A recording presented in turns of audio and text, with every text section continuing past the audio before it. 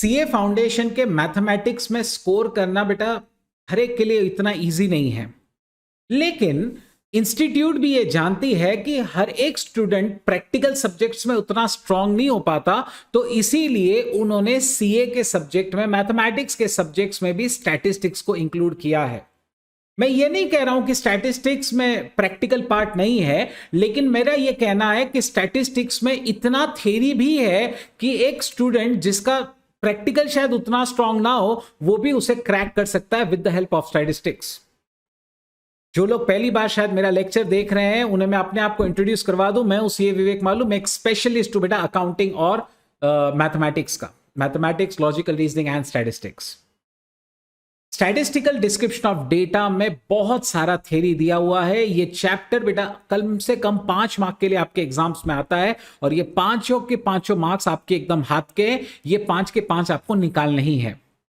बगैर किसी time waste किए तुरंत स्टार्ट करते बेटा। What is history of statistics? Okay, हम लोग सबसे पहला चैप्टर स्टैटिस्टिक्स का, स्टैटिस्टिकल डिस्क्रिप्शन ऑफ डेटा, उसका रिवीजन कर रहे हैं। स्टैटिस्टिक्स का हिस्ट्री क्या है बेटा, आपको क्या याद रखना चाहिए? स्टैटिस्टिक्स का ओरिजिन कहां से हुआ है, उसके अलग अलग वर्ड्स थे। लैटिन वर्ड है स्टेटस, इटालियन वर्ड है स्टैटिस्टा, जर्मन है बेटा स्टैटिस्टिक, और फ्रेंच वर्ड है स्टैटिस्टिक्यू। याद रखने के लिए आप ऐसे याद रख सकते हैं, LSIAGKANFE। Okay, so LS is Latin word status, IA Italian word statista, ये A पे एंड होता है। Then you have GK German word जो स्टैटिस्टिक पे खत्म होता है, एंड फ्रेंच वर्ड है जो स्टैटिस्टिक्यू पे खत्म होता है। So what you will remember is LSIAGKANFE। Okay, Latin status, Italian statista, German statistic, and French was statisticue.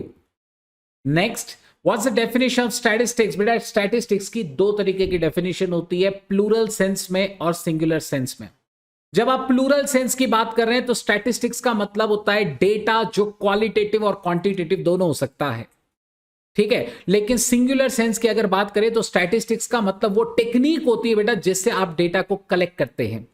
तो इन शॉर्ट आपको क्या याद रखना है कि स्टैटिस्टिक्स एक science of counting, science of averages है, और स्टैटिस्टिक्स दोनों भी डेटा कलेक्ट करता है, चाहे वो क्वालिटेटिव हो और चाहे वो क्वांटिटेटिव हो। यहां पे कई सारे बच्चे ये मिस्टेक करते हैं, वो ये सोचते हैं कि स्टैटिस्टिक्स सिर्फ नंबर होता है, सिर्फ क्वांटिटीज होती है। नहीं, स्टैटिस्टिक्स क्वालिटेटिव और क्वांटिटेटिव दोनों डेटा कलेक्ट करता है। स्टैटिस्टिक्स का एप्लीकेशन कहां कहां है? स्टैटिस्टिक्स बेटा economics, business management, commerce, industry, सभी जगह पे अप्लाई किया जाता है। स्टैटिस्टिक्स कुछ प्रॉब्लम्स भी हैं, उसमें कुछ लिमिटेशंस भी हैं, जैसे स्टैटिस्टिक्स सिर्फ एग्रीगेट्स की बात करता है। स्टैटिस्टिक्स नो डाउट क्वालिटेटिव लेता है, लेकिन ज्यादातर कंप्यूटेशंस क्वांटिटेटिव में ही किया जाता है।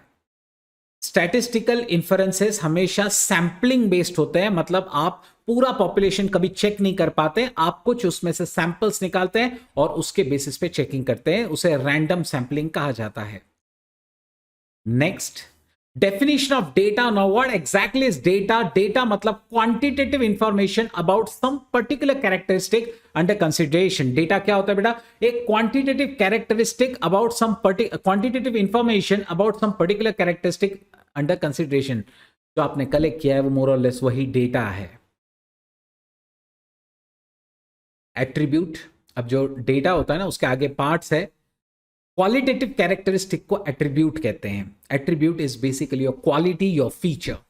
जैसे एक बेबी का जेंडर, एक नेशनैलिटी, पर्सन का नेशनैलिटी, फ्लावर का colour, smoking drinking habits of a person, this are all features, this are all qualities of a person, this are called as attributes. We can not measure them in numbers.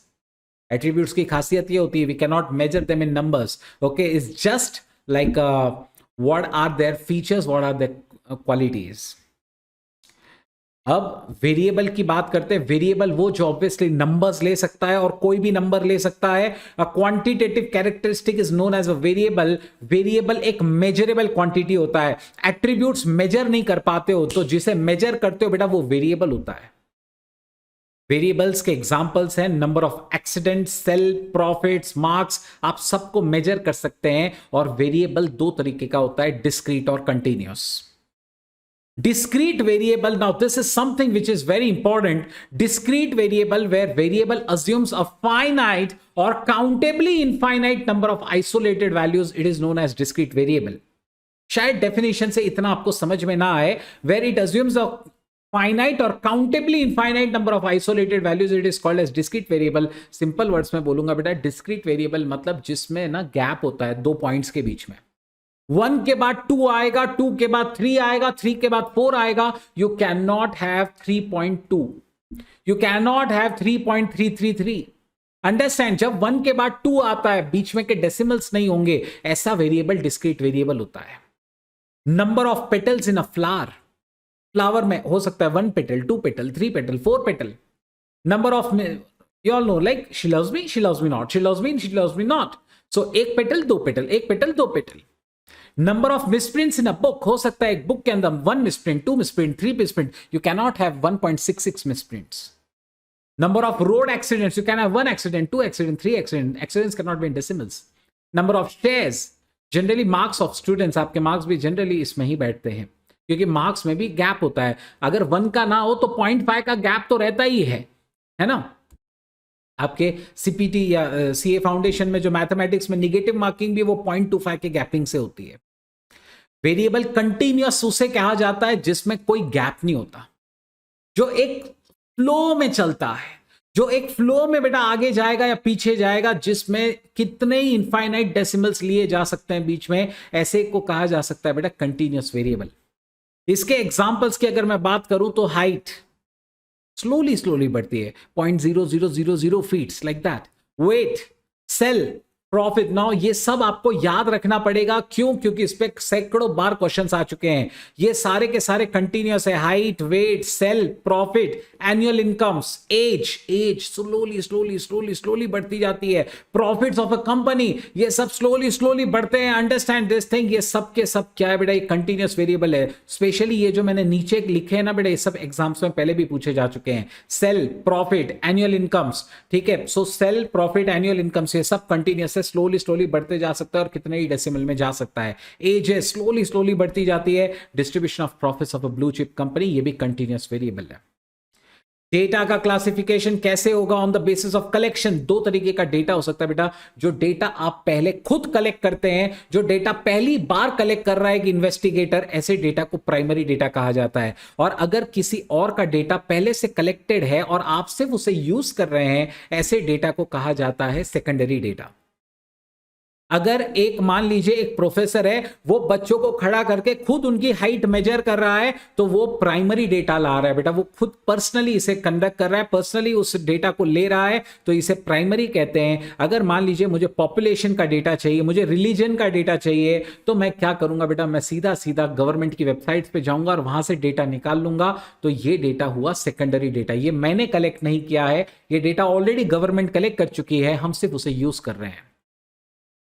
Primary data यानी खुद data collect करने के total 4 techniques होते हैं. Interview method, mailed questionnaire, observation and questionnaires filled and send by enumerators. Primary data यानी data खुद collect करने के 4 तरीके हैं. एक एक करके इनके features, pros and cons discuss करते हैं. सबसे पहले इंटरव्यू, जिसमें 1-on-1 बातें की जाएंगी. ठीक है, ये 3 तरीके का होता है: पर्सनल इंटरव्यू, इनडायरेक्ट इंटरव्यू और टेलीफोनिक इंटरव्यू. पर्सनल इंटरव्यू की अगर हम बात करें तो पर्सनल इंटरव्यू का मतलब होता है जहां इन्वेस्टिगेटर जो है वो डायरेक्ट सामने वाले को मिलता है और उसको जो इंफॉर्मेशन, जो जानकारी चाहिए, वो सारी जानकारी वो कलेक्ट करता है. याद रखिएगा, ये वाला पार्ट भी बहुत बार एग्जाम में आया हुआ है. Natural calamities, super cyclones, earthquake, epidemics जैसे प्लेग वगैरह, इन सब में सबसे ज्यादा जो इस्तेमाल होता है वो है पर्सनल इंटरव्यू. जिन लोगों के ऊपर ये बीती है, आप सीधा उनसे पूछेंगे और आप इसके बारे में जानकारी लेंगे.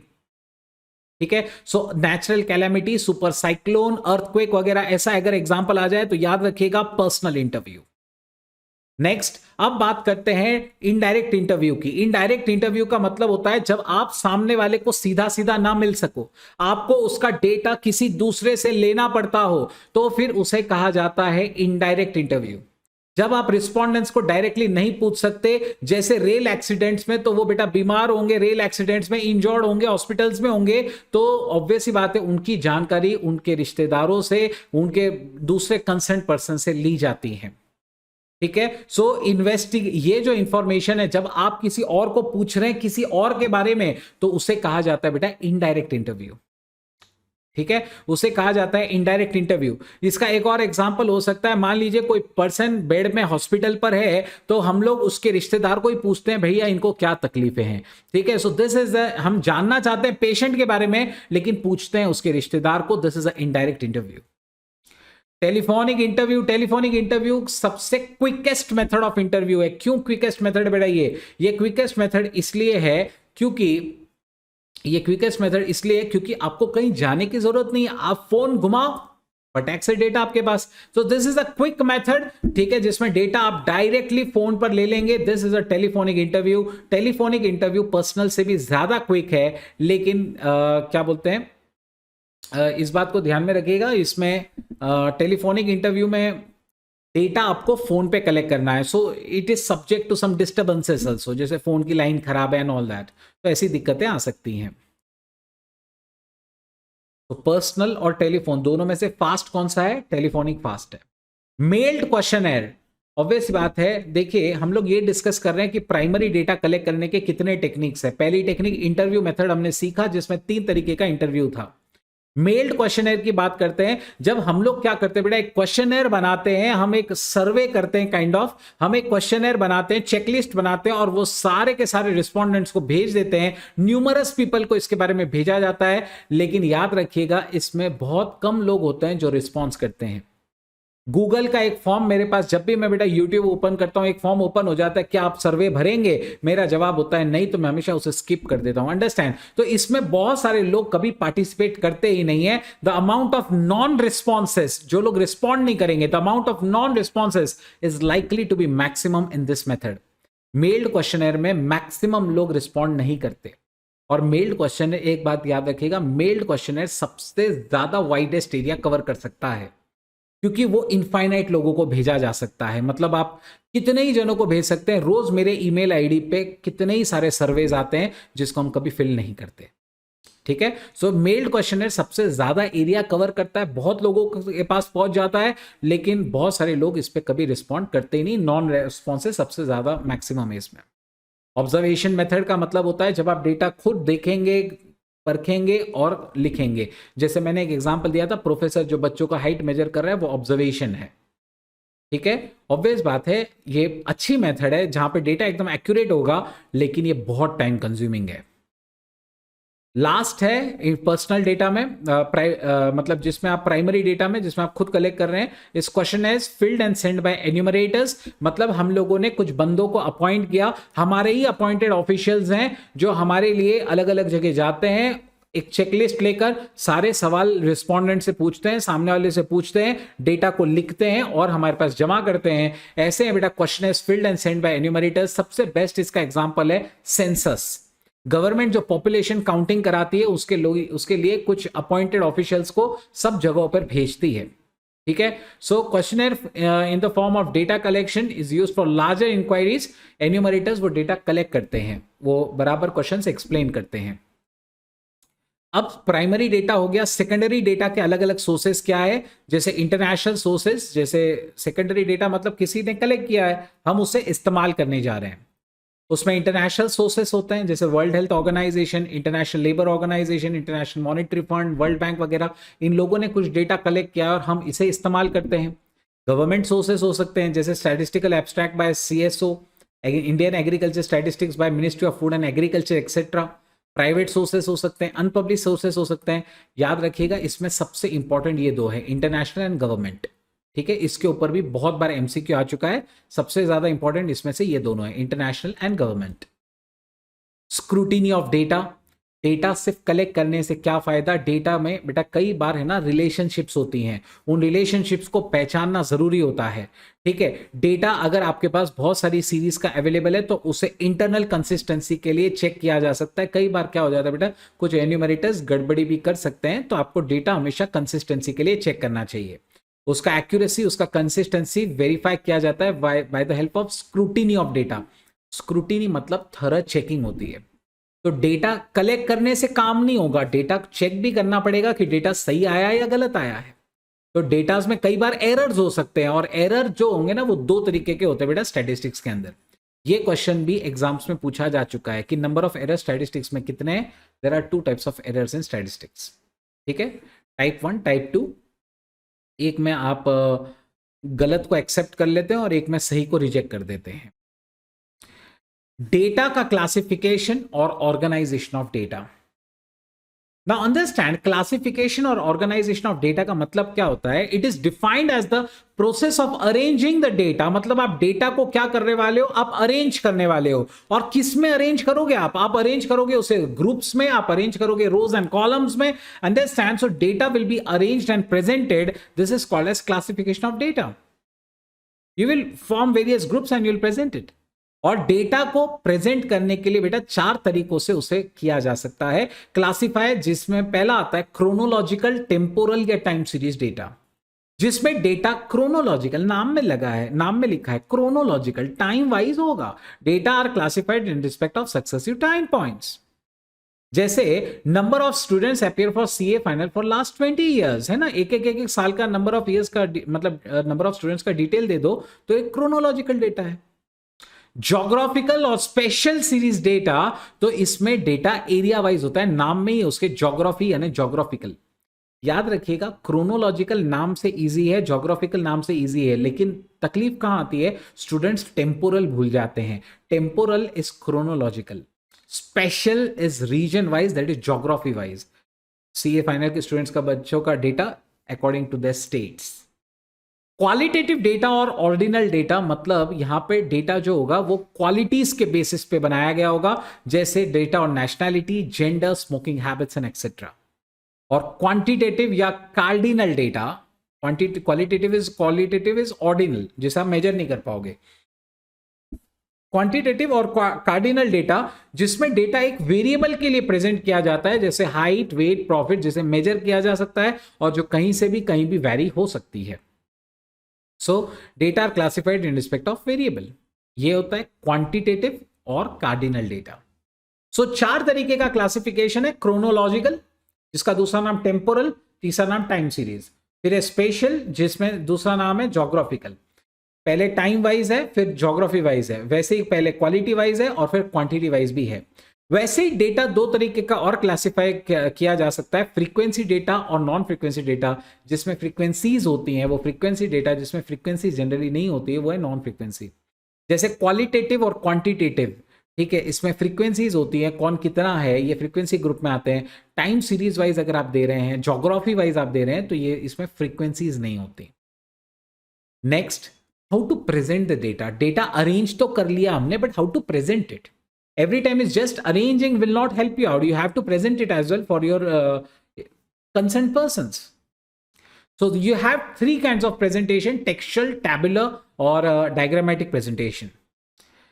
The first, the most monotonous, the boring presentation is the textual presentation.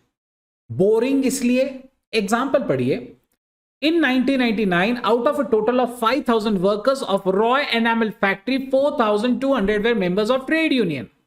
The number of female workers was 20% of the total workers, out of which 30% were members of trade union.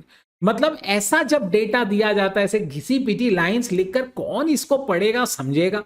उसमें ना कोई ट्रेंड समझ में आने वाला है, ना कुछ प्रॉपर समझेगा कौन मेल है, कौन फीमेल है, कौन ट्रेड यूनियन का पार्ट है, कौन नहीं है। ऐसा जब मोनोटोनस प्रेजेंटेशन होता है पैरास फॉर्म में, तो आप टेक्सचुअल ये कर रहे हैं बेटा, टेक्सचुअल प्रेजेंटेशन, ठीक है। ये बिल्कुल डल है, बिल्कुल मोनोटोनस है। प्रैक्टिकली इसमें आजकल बिल्कुल डेटा रिपोर्ट नहीं होता है मीनिंगफुल क्लासिफिकेशंस के लिए, तो ये बिल्कुल भी काम का नहीं है।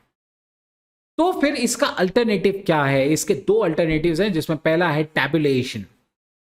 हमने देखा है 3 टेक्निक से प्रेजेंट करने की, एक हो गया टेक्सचुअल, दूसरा है टैबुलेशन, जिसमें डेटा को आपको टेबल में देना होगा। किस में देना होगा, टैबुलर फॉर्म में आपको प्रेजेंट करना होगा, ठीक है। टेबल्स में रोज होंगी, टेबल्स में कॉलम्स होंगे, बराबर है। टेबल्स में फुटनोट्स होंगे, उसके हेड होंगे, उसके टाइटल होंगे। अब इस टेबल के बेटा क्या क्या अलग अलग इंग्रेडिएंट्स होते हैं, ये सब आपको इस समझाने के लिए मैंने ये एक पूरा का पूरा टेबल यहां पे रखा है। आप सबसे पहले देख सकते हैं मैंने एक हेडिंग डाली है बेटा यहां पे, ठीक है। That's the title of the table, status of the workers of raw animal factory on the basis of the trade union membership for 2009 and 2010। This is a title, okay. Next, अलग अलग columns बनाए गए हैं, उसके अंदर सब columns है। See this members of trade union में सब कॉलम्स हैं। You have some row entries, see this, ये 2009 का डेटा है, ये 2010 का डेटा है, like this. These are row headings, these are column headings, this is the like heading of the entire column headings, like that, okay. And this is the main part where you are writing so many numbers. Also we have been we are giving some source and the footnotes which are actually conditions with respect to this. मैंने अभी तक इसके elements discuss नहीं किए, मैं एक एक करके discuss करता हूं। सबसे पहले आपको बता दें, एक एक करके हम लोग जाएंगे। सबसे पहले आता है बेटा टेबल जो होता है ना, टेबल को कितने पार्ट्स में बांटा जाता है? टेबल 4 पार्ट्स में बांटा जाता है। Caption, box head, tub, body. Table के कितने पार्ट्स हैं? ये है हमारा टेबल। ये पहला पार्ट जो मैंने यहां ऑरेंज कलर में दिया है, दूसरा पार्ट जो ब्लू कलर में है, ठीक है। ये कॉलम्स, मतलब एक्चुअली कॉलम की भी हेडिंग्स एक तरीके से, ये रो की हेडिंग्स है, ये मेन बॉडी है, और ये एक और है बेटा जो रिस्पेक्टिव कॉलम की हेडिंग है। ये कॉलम के पार्ट्स हैं। आप एक्चुअली ऊपर और नीचे का देख रहे हैं, वो कॉलम के ऊपर नीचे हैं, वो कॉलम का पार्ट, टेबल का पार्ट नहीं गिना जा सकता। कैप्शन का मतलब होता है it is entire upper part of table describing the columns and सब कॉलम्स इफ एनी। मेरे एग्जांपल में इसे कैप्शन कहते हैं। मेल फीमेल टोटल, ये जो मेल फीमेल टोटल है, दिस आर कैप्शंस, ओके। जो ऑब्वियस सी बात है उस कॉलम की डिटेल्स के बारे में आपको बता रहे हैं। और ये जो कॉलम्स की भी एक हेडिंग होती है, उसका नाम है बॉक्स हेड। क्या कहोगे इसे? This is a box head. और एक बात याद रखना, जो यूनिट ऑफ मेजरमेंट है, जैसे इन नंबर्स या इन रुपीज, वो बॉक्स हेड में लिखा होता है। ये जो आप ब्लू कलर में देख रहे हैं, this is called as stub. This is the heading of the rows. And this light red, this is nothing but body of the table. See this. So caption is the entire upper part of the table describing the columns and sub-columns if any. Stub is the left part describing the rows. So stub is the left part describing the rows. Next you have is a box head, जो upper part होता है, जिसमें columns भी उसके अंदर आ जाते हैं, जो मैंने आपको बताया था, ठीक है। उसमें यूनिट्स ऑफ मेजरमेंट भी होते हैं। ये एक इंपॉर्टेंट पॉइंट है जो आपको याद रखना है। यूनिट्स ऑफ मेजरमेंट कैप्शन में नहीं होते हैं, यूनिट्स ऑफ मेजरमेंट यहां लिखे होते हैं बॉक्स हेड में।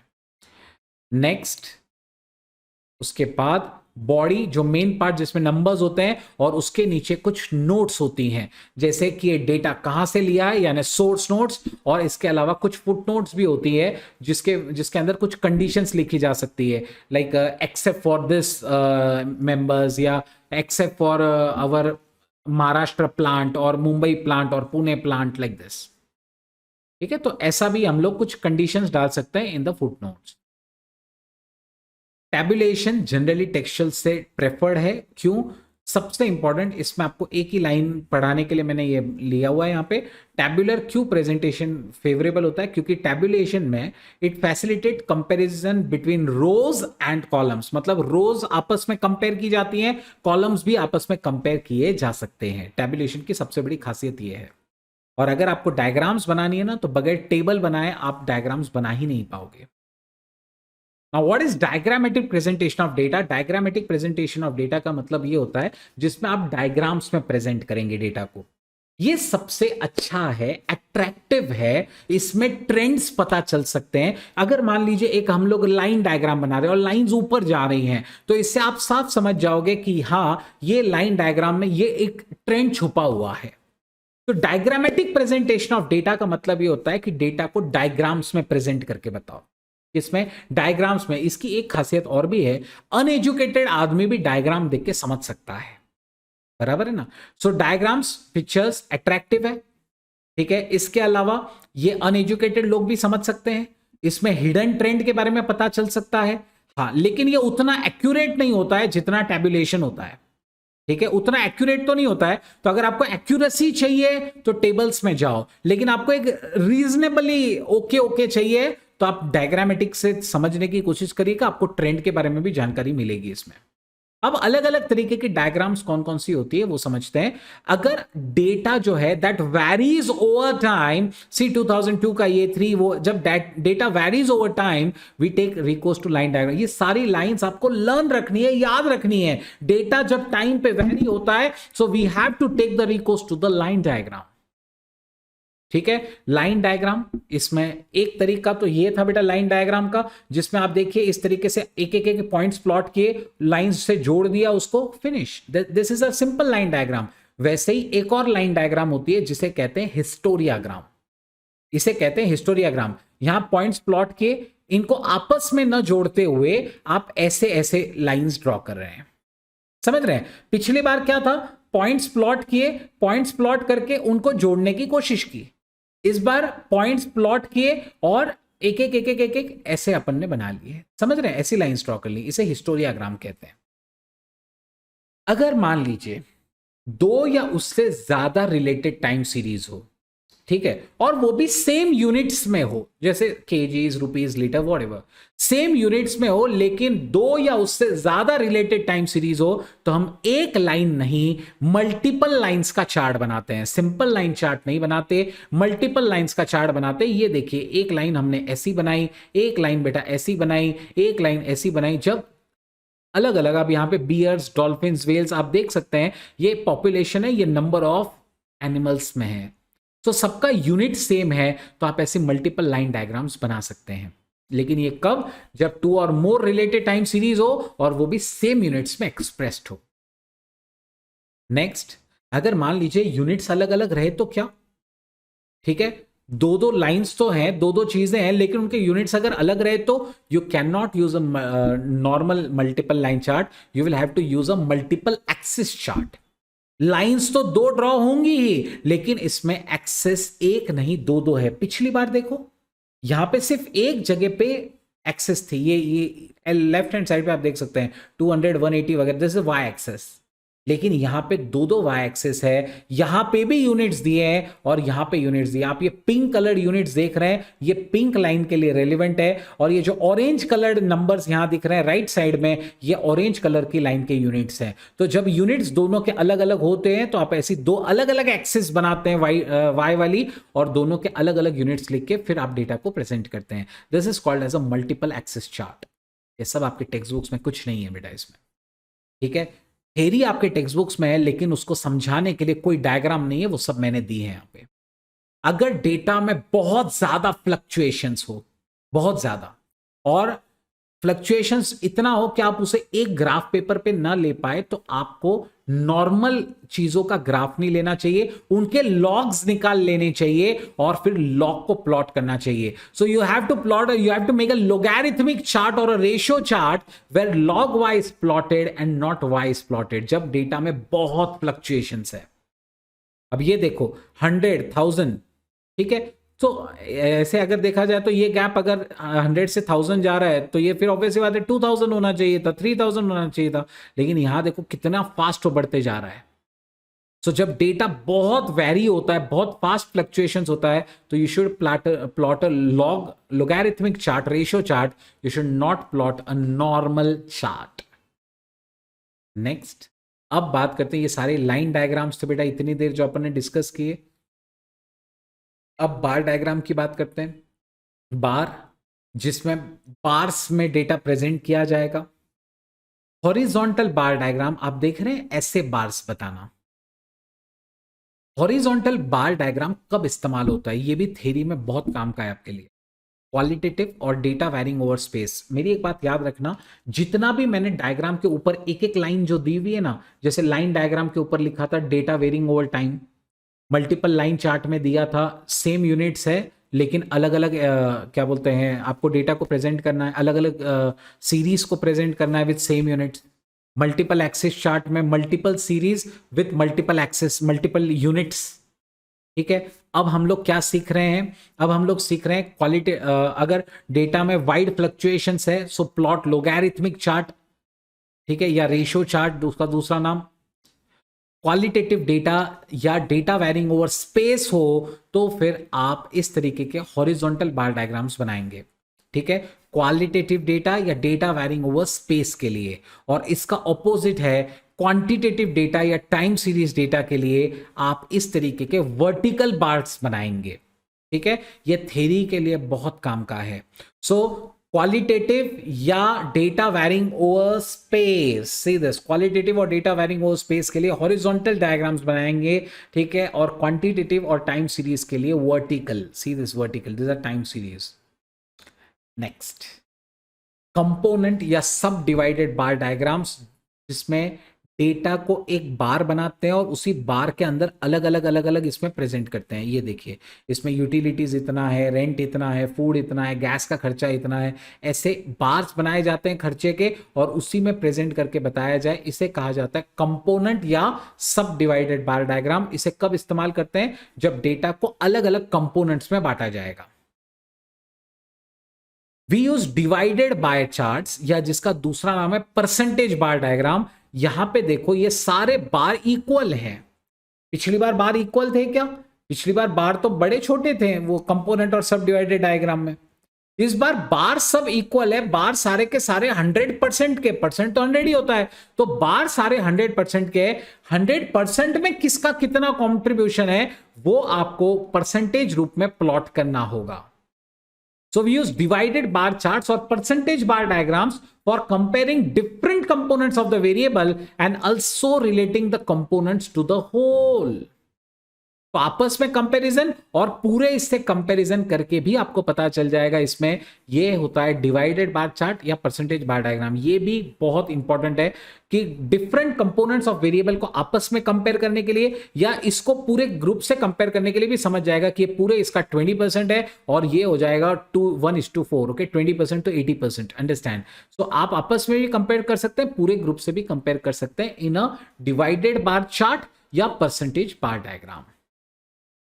मल्टीपल या ग्रुप बार डायग्राम, जब मल्टीपल चीजों को एक स्टैक के अंदर नहीं दिखाते, ऐसे बाजू बाजू में दिखाते हैं।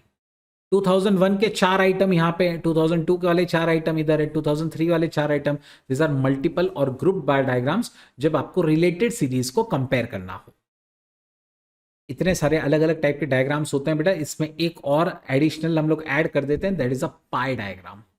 Now what's a pi diagram? Pi diagram का मतलब होता है एक सर्कल वाला चार्ट, जिसमें आप डेटा को एक सर्कल में प्रेजेंट करते हैं। सर्कल में हम सब जानते हैं कि सर्कल के अंदर बेटा टोटल 360 डिग्रीज होते हैं, बराबर है ना? सर्कल के अंदर 360 डिग्री होते हैं, उसमें से एक एक डेटा निकालना। इस एंगल को कहते हैं थीटा और इस पर्टिकुलर एरिया को कहा जाएगा सेक्टर। क्या कहोगे? सेक्टर। ये जो सेंट्रल एंगल होता है ना, इसको निकालने का एक बहुत इंपॉर्टेंट फॉर्मूला है। सेंट्रल एंगल या theta is equal to cost of one input upon total input into 360 degrees. क्या फॉर्मूला बेटा? Cost of one input upon total cost into 360 degrees. This is the formula for that central angle. या अगर मान लीजिए frequencies में data दिया हुआ है, अगर डेटा कॉस्ट में ना दिया हो, अगर डेटा फ्रीक्वेंसीज में दी हो, तो फिर frequency of that class upon total frequency into 360 degree. मतलब अगर खर्चे वाइज दिया जाए तो 1 यूनिट का खर्चा अपॉन टोटल कॉस्ट इंटू 360, या अगर आपको फ्रीक्वेंसीज में दिया जाए तो उस क्लास की frequency upon total frequency into 360 degree. इससे आप पाई डायग्राम के एंगल्स ढूंढ सकते हैं। इसके लिए मैंने एक आगे क्वेश्चन भी रखा है जो एग्जाम में 2 से 3 बार आ चुका है।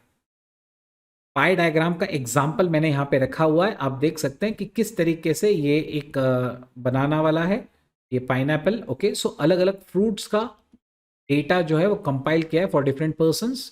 ओके, तो ये एक एक एरिया, एक एक अलग अलग सेक्टर है, और उस सेक्टर को निकालने के लिए जो एंगल लगता है जिसे हम थीटा कहते हैं, उस सेंट्रल एंगल का फॉर्मूला हम देख चुके हैं। उस पर्टिकुलर बनाना का number of persons upon total number of persons into 360 degree करके ये निकल जाएगा बेटा एंगल। अब एक बहुत इंपॉर्टेंट चीज जो अगेन आपके टेक्स्ट बुक्स में नहीं दिए लेकिन उस पर सैकड़ों क्वेश्चंस आए हैं, अलग अलग डायग्राम्स और अलग अलग शेप्स के डायमेंशंस कितने होते हैं? याद रखिएगा, लाइन डायग्राम, बार डायग्राम दोनों 1 डायमेंशनल है। कितने डायमेंशनल है? 1 डायमेंशन। उसमें एक ही चीज मेजरेबल होती है या मेजर करनी होती है। लाइन डायग्राम या बार डायग्राम उसमें वन डायमेंशन होता है, लेकिन स्क्वायर डायग्राम या रेक्टेंगल डायग्राम या pie diagram they are two dimensional, इसमें दो दो डायमेंशंस होते हैं। क्यूब की अगर बात करें उसमें थ्री डायमेंशंस होते हैं, we all know, length into breadth into height.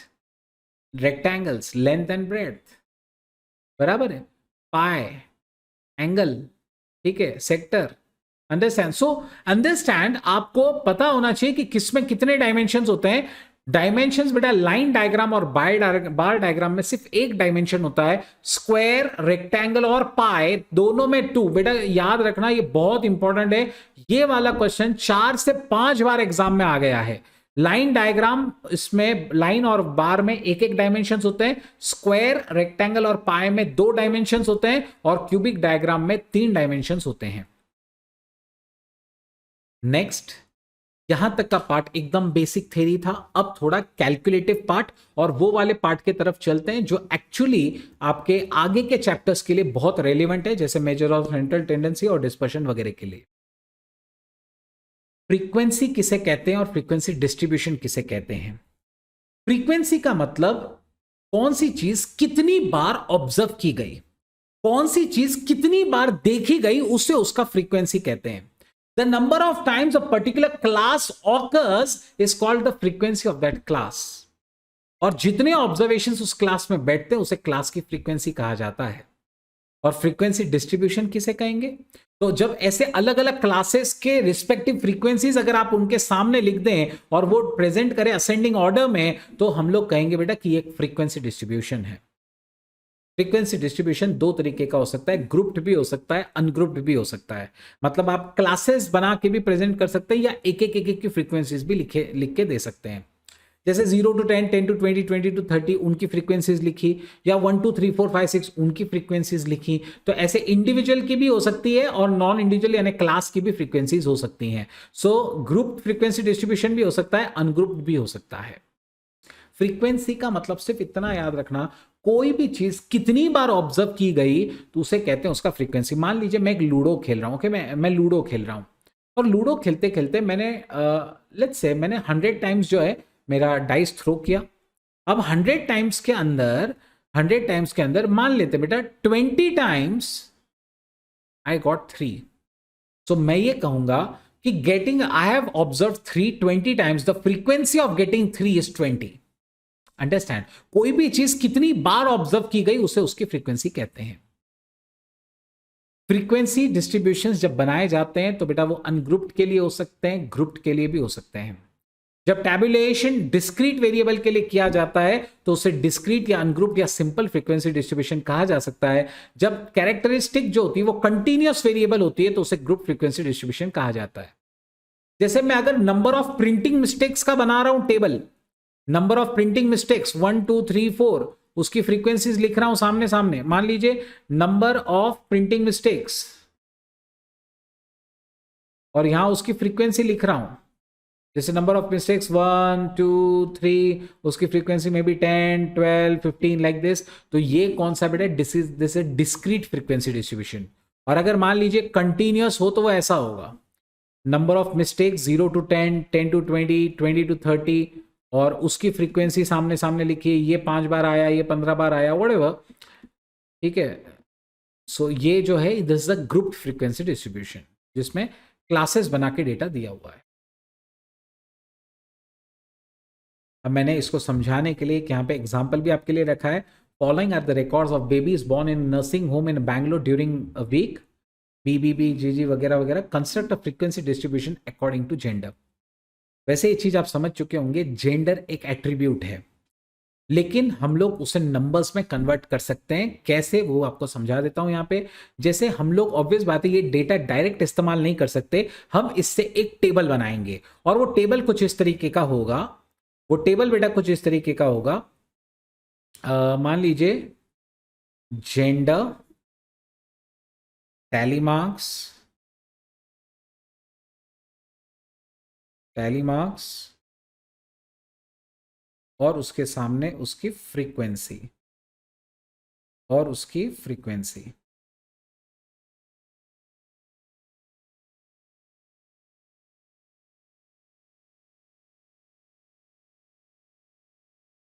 ठीक है।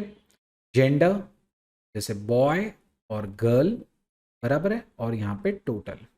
अब टैली मार्क्स लेते हैं, जैसे यहाँ बी, ऑब्वियस बात है आप क्या करोगे, अगर यहाँ बी आ रहा है तो आप बॉय में जाओगे, एक ये मार दिया, ठीक है।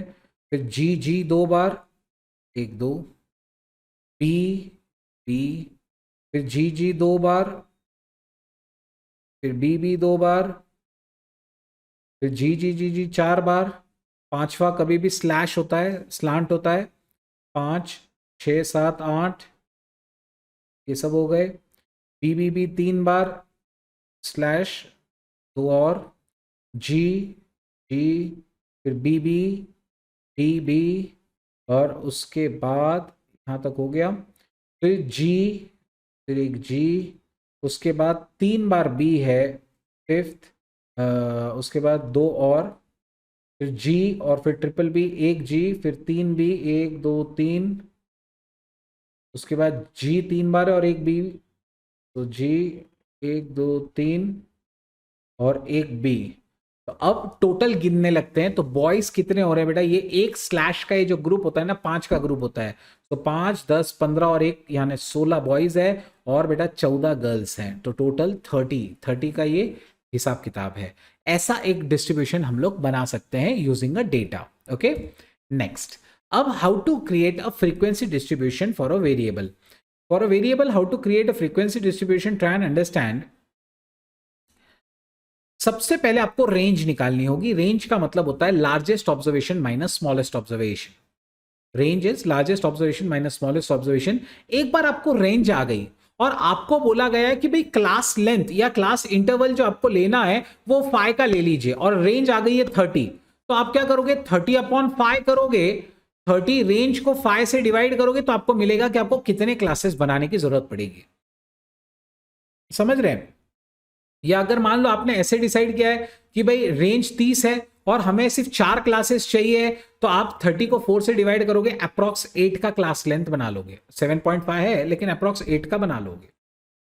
तो इस तरीके से बेटा आप क्या कर सकते हैं, क्लासेस बना सकते हैं। तो ये दो फॉर्मूला ध्यान में रखेंगे, रेंज, लार्जेस्ट माइनस स्मॉलेस्ट, और ये एक इंपॉर्टेंट फॉर्मूला है जो कई क्वेश्चंस में भी काम में आता है कि हम क्या करेंगे कि ये कैसे डिटरमाइन करेंगे कि क्लास लेंथ कितना होना चाहिए, या ये कैसे डिटरमाइन करेंगे कि क्लासेस कितने होने चाहिए। So we must use the formula number of class interval into class length is approximate equal to range. Okay, is approximate equal to range. याद रखिएगा, जब आइसोलेटेड वैल्यूज होती है, इनफाइनाइट आइसोलेटेड वैल्यूज होती है, वो डिस्क्रीट है, और जब आइसोलेटेड नहीं होती, कोई गैप नहीं होती, तो वेरिएबल कंटिन्यूस होता है। Next, classes with zero frequencies को एम्प्टी क्लास कहा जाता है। अगर एक क्लास का जिसकी फ्रीक्वेंसी ही जीरो है, ऐसे क्लासेस एम्प्टी होते हैं। अगर मान लीजिए एक ऐसा क्लास है जिसका एक एंड ओपन कर दिया गया है या ओपन छोड़ दिया गया है, जैसे मान लीजिए क्लास है अबव 80। अब अबव 80 का क्लास बोला मतलब 80 में से ऊपर तो कितना भी हो सकता है, 90 100 500 5000, तो ये हो गया ओपन एंडेड क्लास। और क्लोज एंडेड क्लास कौन सा होगा, जैसे मान लीजिए 20 to 40, तो 20 से स्टार्ट होगा 40 पे खत्म हो जाएगा, 40 to 60, 40 से 60 तक, 60 से 80। तो ऐसे जो क्लासेस होते हैं ये क्लोज एंडेड है। लेकिन अगर अबव 80 बोले तो इसमें तो कहीं तक भी जा सकता है। So this are open ended classes. ठीक है, ज्यादातर हमेशा प्रेफर्ड होता है कि क्लासेस इक्वल विड्थ की होनी चाहिए। ठीक है, कंपलसरी नहीं है, लेकिन ये हमेशा प्रेफर्ड होता है कि क्लासेस इक्वल विड्थ की होनी चाहिए। अब अगला एक और क्वेश्चन मैंने यहां पे रखा है, तो weight of 50 students in pounds are given below. 50 बच्चों का वेट आपको दिया है पाउंड्स में। पूछा क्या है, if the data are arranged in the form of frequency distribution with class intervals 81 to 100, 101 to 120, 121 to 140, 141 to 160, 161 to 180, तो फ्रीक्वेंसी इन 5 क्लास इंटरवल्स की क्या होगी। इन पांचों क्लासेस की आपको फ्रीक्वेंसीज पूछी है। आप एग्जाम में जब आप ऐसा क्वेश्चन करेंगे तो बेटा मैं आपको कुछ ट्रिक बताने के लिए क्वेश्चन मैंने यहां रखा है। एग्जाम में जब आप ऐसे क्वेश्चन सॉल्व करते हैं ना बेटा, तो ये पॉसिबल नहीं है कि आप ये पूरे इतने बड़े डिस्ट्रीब्यूशन का टेबल बनाते बैठो। आप क्या करो, आप ऑब्जर्वेशन में से आप है ना ऑप्शंस में आओ, पहले ऑप्शन के नंबर देखो, दूसरे ऑप्शन के नंबर, तीसरे चौथे, इनमें से वो वाला पहचानो जो सब में अलग है। जैसे पहले वाला देखे ना तो 6 12 10 और 12 12 12 रिपीट हो रहा है ना, नहीं चाहिए। दूसरा देखो 9 8 12 और 11। मतलब क्या कि ये जो सेकंड क्लास है, ये जो सेकंड क्लास है, इसकी फ्रीक्वेंसी चारों ऑप्शंस में अलग अलग है। तो एक सेकंड क्लास की आप फ्रीक्वेंसी निकाल लो, जिसके साथ ये टैली हुई वही ऑप्शन राइट हो सकता है, बाकी के ऑप्शन रॉन्ग होंगे। ठीक है, तो आप चारों ऑप्शंस में से वो क्लास पहचानेंगे जिस क्लास की फ्रीक्वेंसी सब में अलग अलग दी हुई है, तो फिर अपने को एक ही क्लास की फ्रीक्वेंसी निकालनी होगी, उसका आंसर जिस ऑप्शन से टैली हो जाएगा वो राइट ऑप्शन होगा। तो चलिए देखते हैं, हम लोगों ने सेकंड क्लास चूज किया है 1012 120। मैंने पहला क्यों नहीं लिया, क्योंकि पहला वाला दो जगह रिपीट हो रहा था 12 12, तो वैसा नहीं चाहिए अपने को, सब जगह अलग होना चाहिए। अब मेरा क्लास है 101 से 120, चलिए देखते हैं 101 से 120, ये बेटा आ गया पहला वाला, मैं मार्क करते जा रहा हूं 101 से 120, इसमें तो कोई नहीं है। उसके बाद में 101 से 120, ये एक दिख रहा है, ये एक दिख रहा है। उसके बाद यहाँ पर ये वाला है, ये वाला है, ये है 101 से 120 के बीच में। सर्कल करते चलिए फटाफट फटाफट, तो क्या हो जाएगा, अपना काम बहुत आसान हो जाएगा, सिर्फ सर्कल्स हमें गिनने पड़ेंगे।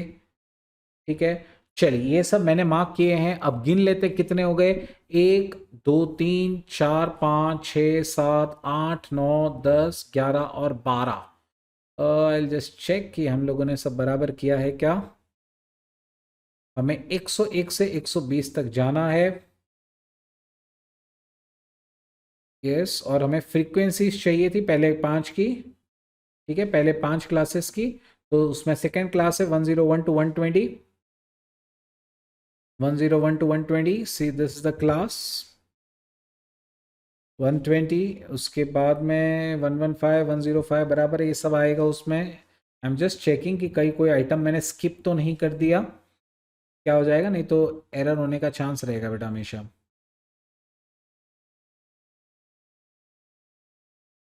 ठीक है, कोई छोड़ा तो नहीं है। अब गिन लेते हैं फिर से, 1 2 3 4 5 6 7 8 9 10 11 और 12। तो 12 ऑब्जर्वेशंस टोटल आ रहे हैं जो 101 से 120 के बीच में है। चारों ऑप्शंस में 12 सिर्फ और सिर्फ सी ऑप्शन में आ रहा है, तो सी ऑप्शन जो है वो राइट होना चाहिए। सी ऑप्शन जो है बेटा वो राइट होना चाहिए। ठीक है,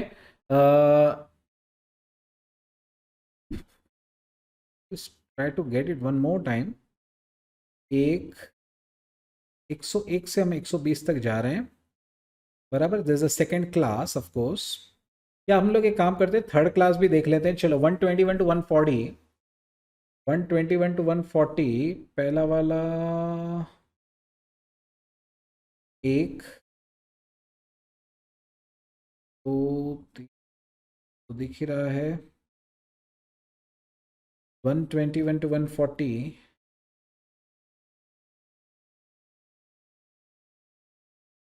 this is it, this is it, is there।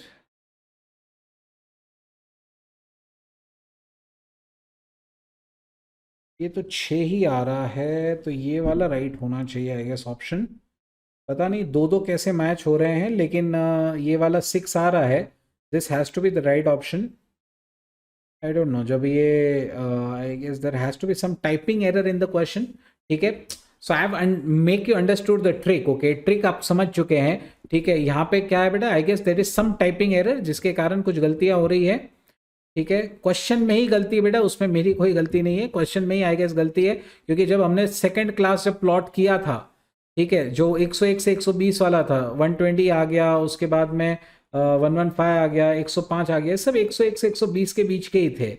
ये किया, ये किया, उसके बाद में ये वाला किया, ये किया, ये देखिए सब 101 से 120 के बीच के थे। ये सब 101 से 120 के बीच के थे। 1 2 3 4 5 6 7 8 9 10 11 और 12, तो ये 12 ही आ रहा है एक्चुअली मेरे हिसाब से। सारे ऑप्शंस गलत है बेटा, all the options are correct. आपके टेक्स्ट बुक का ये सवाल है, all the options are incorrect. ठीक है, रियल आंसर में ये 12 आएगा और ये 6 आएगा। ट्रिक मैंने आपको समझा दिया बेटा, ट्रिक समझना ज्यादा जरूरी है ना। ट्रिक समझना ज्यादा जरूरी है कि जिसमें सारे के सारे एलिमेंट्स अलग अलग होंगे, वो वाला आप लेके सॉल्विंग करेंगे। नेक्स्ट, तो ये आपकी टेक्स्ट बुक की मिस्टेक है, हम कुछ नहीं कर सकते उसको। अब बात करते हैं mutually inclusive and mutually exclusive classification की। Just give me a second.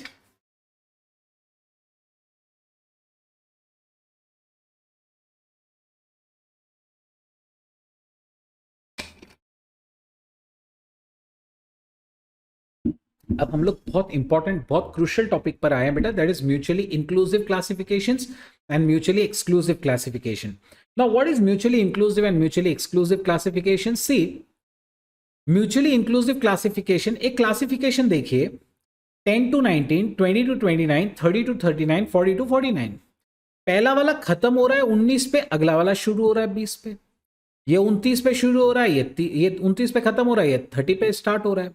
ठीक है. और अगला क्लासिफिकेशन देखिए, ये ऐसा डिस्ट्रीब्यूशन दिया, उसके नंबर ऑफ स्टूडेंट्स दिए हुए हैं, और इसमें देखो 9.5 to 19.5, फिर ये 19.5 पे खत्म हुआ, ये 19.5 पे ही स्टार्ट हुआ, फिर ये 29.5 पे खत्म होता है, जो 29.5 पे स्टार्ट होता है. ठीक है. तो ऐसा जो क्लासिफिकेशन है, this is called as mutually exclusive classification. आप याद कैसे रखेंगे कि कौन सा क्या है और कौन सा क्या नहीं है?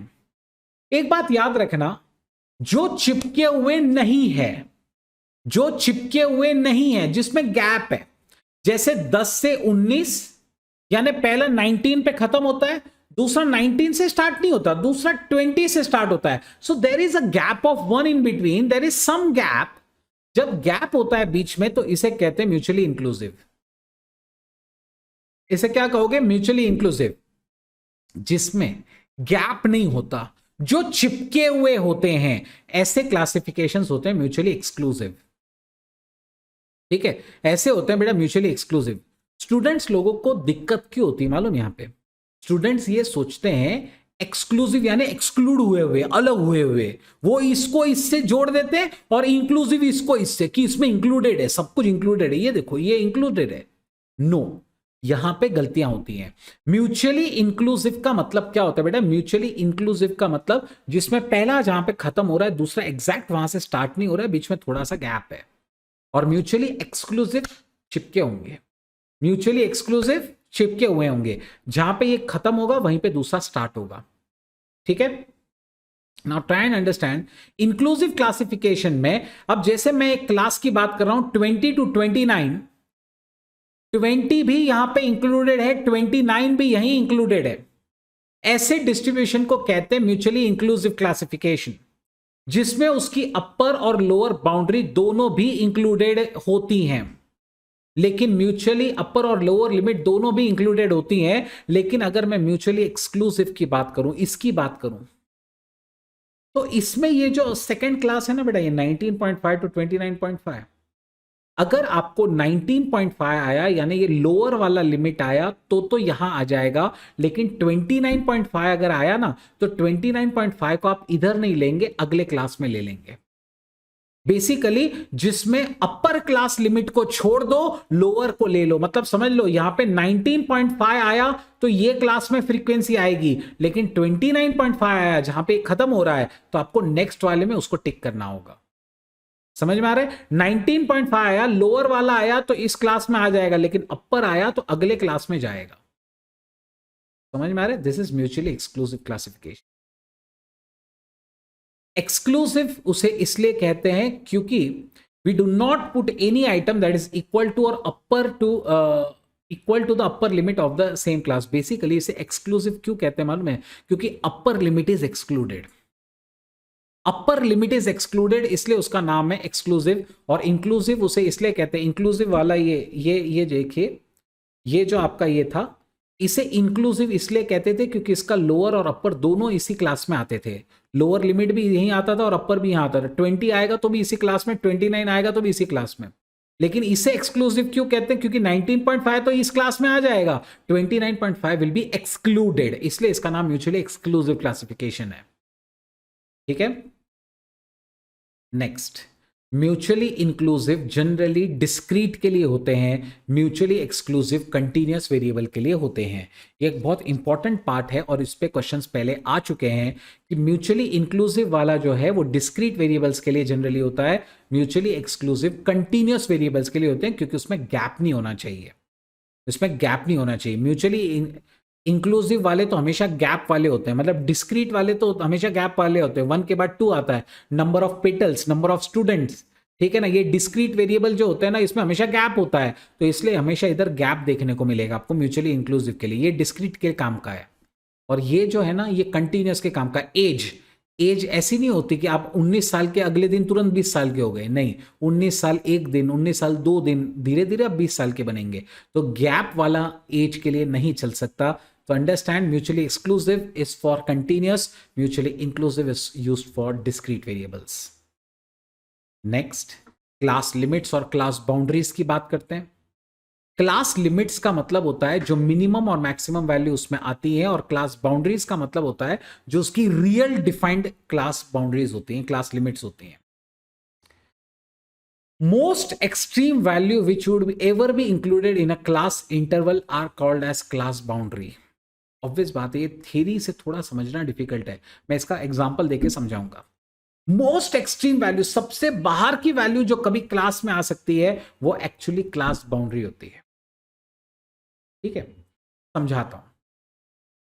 अब ये एक म्यूचुअली एक्सक्लूसिव क्लासिफिकेशन है। म्यूचुअली एक्सक्लूसिव क्लासिफिकेशन देखो, 10 to 19, 20 to 29 इंक्लूसिव है ना, सॉरी म्यूचुअली इंक्लूसिव क्लासिफिकेशन।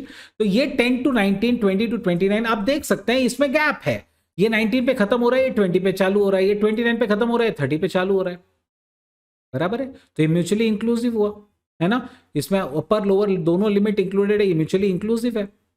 अब समझने की कोशिश करो, अगर आपसे कोई पूछे कि बताओ भाई इस 20 to 29 का लिमिट्स क्या है, तो आप कहोगे कि ये जो 20 छोटा वाला है ये लोअर क्लास लिमिट है, यहां गलती से अपर लिखा है, this is lower class limit, और ये जो 29 है ये है अपर क्लास लिमिट। ये क्या बेटा, ये अपर क्लास लिमिट है। सो 20 is the lower class limit while 29 is the upper class limit. Clear है, 20 is the lower limit, 29 is the upper limit. लेकिन अब मेरे को एक बात बताओ, 20, 29 दोनों इस क्लास में आएगा। व्हाट अबाउट एन आइटम, एक ऐसा बच्चा था जिसको 29.25 मार्क्स मिले, एक ऐसा बच्चा है जिसे 29.25 मार्क्स मिले। अब ये क्लास 20 से 29 पे खत्म हो जाता है, ये क्लास 30 से स्टार्ट होता है। अब ये 29.25 वाला बच्चा जाएगा कहां पे? याद रखिए, लिमिट इसकी 29 तक खत्म हो जाती है, लेकिन एक्चुअली 29.5 तक आने वाला हर बच्चा इसी क्लास में लिया जाता है। और 29.5 किसको आ जाए या उसके आगे आ जाए तो अपन अगली क्लास में लेके जाते, पता है ना, राउंडिंग ऑफ में 0.5 के आगे चला जाएगा। तो बोलने का मतलब यह है कि भले ही इसकी लिमिट 20 से लेके 29 है, लेकिन ये एक्चुअली क्लास थोड़ा और स्प्रेड हो जाता है। किसी बच्चे को अगर 19.5 मार्क्स भी आया तो वो भी इसी क्लास में आएगा, 19.6 भी आया तो उसको भी राउंडिंग ऑफ करके आपको 20 ही लेना पड़ेगा, तो ऑब्वियस बात है वो भी इसी क्लास में आएगा। बोलने का मतलब यह है कि भले ही इसकी लिमिट 20 से 29 है, लेकिन ये एक्चुअली क्लास 19.5 से ही स्टार्ट हो जाता है। 19.5 से हुआ तो फिर 19.6 भी इसी क्लास में आएगा, 19.7 भी यही आएगा, क्योंकि राउंडिंग ऑफ होकर सब 20 हो जाएगा। 29.1 को भी यहीं लेना पड़ेगा, 29.2 भी यहीं लेना पड़ेगा, 29.49 तक यहीं लिया जाएगा। इनफैक्ट 29.5 पे लिमिट चेंज हो जाएगी। So I hope you are getting the point. ठीक है, सो इस क्लास की लिमिट जो है वो तो 20 और 29 है, लेकिन बाउंड्रीज उससे ज्यादा स्प्रेड होती हैं। बाउंड्री उसकी कहां से शुरुआत हो जाएगी बेटा, उसकी शुरुआत 19.5 से हो जाएगी। जिसका 19.5 भी आया वो भी इसी क्लास में आने वाला है। तो इसकी लोअर बाउंड्री 19.5 है, और अपर बाउंड्री बेटा क्या हो जाएगी, ऑब्वियस बात है 29.5 तक स्ट्रेच हो जाएगी। जैसे ही 29.5 आया आप अगले बाउंड्री पे आ जाओगे, अगले क्लास में आ जाओगे। समझ में आ रहा है, मतलब कौन ज्यादा स्प्रेड होता है। देखो 20 से 29 की अगर अपन बात करें, ये 20 से लोअर लिमिट है, ठीक है, और अपर लिमिट है 29। लेकिन बाउंड्री की बात करूं तो लोअर बाउंड्री उसके और नीचे आ गई, 20 के भी नीचे आ गई, वो आ गई बेटा 19.5, बराबर है, वो आ गई 19.5। और अपर बाउंड्री की अगर मैं बात करूं तो अपर 29 पे खत्म नहीं हुआ, वो 29.5 तक आया। यानी कौन ज्यादा स्ट्रेच हो रहा है, क्या लिमिट ज्यादा स्ट्रेच हो रही है या बाउंड्री? इसमें लोअर लिमिट 20 है तो लोअर बाउंड्री उसके और नीचे है 19.5। अपर बाउंड्री 29 है तो अपर लिमिट 29 है तो अपर बाउंड्री और आगे है 29.5। मतलब लिमिट्स जो होती है वो बाउंड्री के अंदर होती है, बाउंड्री थोड़ी और स्ट्रेच हो सकती है। ठीक है, और ऐसा सिर्फ और सिर्फ म्यूचुअली इंक्लूसिव क्लासिफिकेशन में होता है कि क्लास बाउंड्रीज लिमिट से भी थोड़ी ज्यादा फैल जाती हैं। तो इसीलिए आपको ये पॉइंट मैंने यहां पे दिया था बेटा, ये थ्योरी में बहुत बार पूछा जा चुका है। Most extreme values which would ever be included in class interval are class boundaries, क्योंकि क्लास बाउंड्रीज से एक्चुअल क्लास शुरू हो जाता है। नेक्स्ट, म्यूचुअली इंक्लूसिव क्लासिफिकेशन, ये तो बहुत ईजी है क्योंकि म्यूचुअली इंक्लूसिव 9.5 टू 19.5, ये खत्म भी 19.5 पे हुआ और यहां पे चालू भी यहीं हुआ। म्यूचुअली एक्सक्लूसिव बहुत इजी होते हैं क्योंकि उसकी लिमिट्स और बाउंड्रीज एक ही होती हैं। ये देखो, इसमें 19.5 लोअर लिमिट, 29.5 अपर लिमिट है ना। ऑब्वियसली नाम में यहां पे गड़बड़ है, लोअर अपर, पता नहीं बेटा कैसे वो टाइपिंग मिस्टेक हो गई है। Anyways, so lower limit 19.5, upper limit 29.5, lower boundary भी 19.5, अपर बाउंड्री भी 29.5। मतलब म्यूचुअली एक्सक्लूसिव क्लासिफिकेशंस में, म्यूचुअली एक्सक्लूसिव क्लासिफिकेशंस में limits are equal to boundaries. ठीक है, म्यूचुअली इंक्लूसिव क्लासिफिकेशन में limits are not as same as boundaries, और कौन ज्यादा वाइड स्प्रेड होता है, that is boundaries, that is boundaries. ठीक है, आई होप सबको थरली ये चीज जो है वो क्लियर हो गई है। ये क्लास देखिए बेटा 19.5 से 29.5, ये शुरू होगा 19.5 उसका लोअर लिमिट और अपर 29.5, lower boundary 19.5 and upper boundary 29.5। ठीक है, सो बराबर है ना। ये चीज जो है बेटा आपको समझ में आ गई यहां तक, है ना। सो लोअर लिमिट और अपर लिमिट, लोअर बाउंड्री और अपर बाउंड्री सेम होती है। यहाँ पे लोअर लिमिट भी 19.5, लोअर बाउंड्री भी 19.5, अपर लिमिट भी 29.5, अपर बाउंड्री भी 29.5। सो ये इसकी खासियत है। और एक बात हमेशा याद रखना, अगर 19.5 आया तो इस क्लास में, 29.5 आया तो आप यहां पे नहीं ले सकते, नेक्स्ट क्लास में लेना पड़ता है। Lower limits are included, upper limits are excluded, इसलिए उसका नाम एक्सक्लूसिव क्लासिफिकेशन है। Class boundaries and are always overlapping, class boundaries हमेशा आपस में ओवरलैपिंग होती है। Upper boundary of any class is always equal to the lower boundary of the next class. Obvious सी बात है, इस क्लास का जो अपर बाउंड्री है जैसे 29.5, वो दूसरे का लोअर है। पहले का अपर, दूसरे का हमेशा लोअर होता है। म्यूचुअली एक्सक्लूसिव डिस्ट्रीब्यूशंस में class boundaries are equal to class limit, लेकिन म्यूचुअली एक्सक्लूसिव में वो हमेशा क्लास लिमिट्स में ही होते हैं। ठीक है, सो ग्रुप फ्रीक्वेंसी डिस्ट्रीब्यूशंस के लिए जनरली क्लास लिमिट्स इस्तेमाल किए जाते हैं। फॉर ऑल स्टैटिस्टिकल कैलकुलेशंस जैसे मीडियन वगैरह, हमें हमेशा क्लास बाउंड्रीज का इस्तेमाल करना पड़ता है, उन्हें ओवरलैप करा के करना पड़ता है। इसको हम लोग समझेंगे आगे, इसके एग्जांपल्स भी हैं। म्यूचुअली एक्सक्लूसिव बहुत ज्यादा जरूरी होते हैं, ठीक है, क्योंकि ज्यादातर डिस्ट्रीब्यूशंस को आपको म्यूचुअली एक्सक्लूसिव बना के ही आगे का सॉल्विंग करना पड़ता है। नेक्स्ट, अब मैंने यहां पे एक क्वेश्चन आपके लिए रखा है। For the below mention distribution find the class limit and class boundary 41 to 43, 43 to 46, 47 to 49, 50 to 52। पहला सवाल, ये डिस्ट्रीब्यूशन कौन सा है? क्या ये चिपके हुए हैं 43, 44? नहीं चिपके हुए हैं, थोड़ा सा गैप है, तो इसे कहते हैं म्यूचुअली इंक्लूसिव डिस्ट्रीब्यूशन। क्या कहते हैं इसे? Mutually inclusive distribution. जो चिपके हुए नहीं है उसे म्यूचुअली इंक्लूसिव कहते हैं, उसे म्यूचुअली इंक्लूसिव कहते हैं। अब इनकी लिमिट्स की बात करते हैं। 41 to 43, lower limit 41, upper limit 43।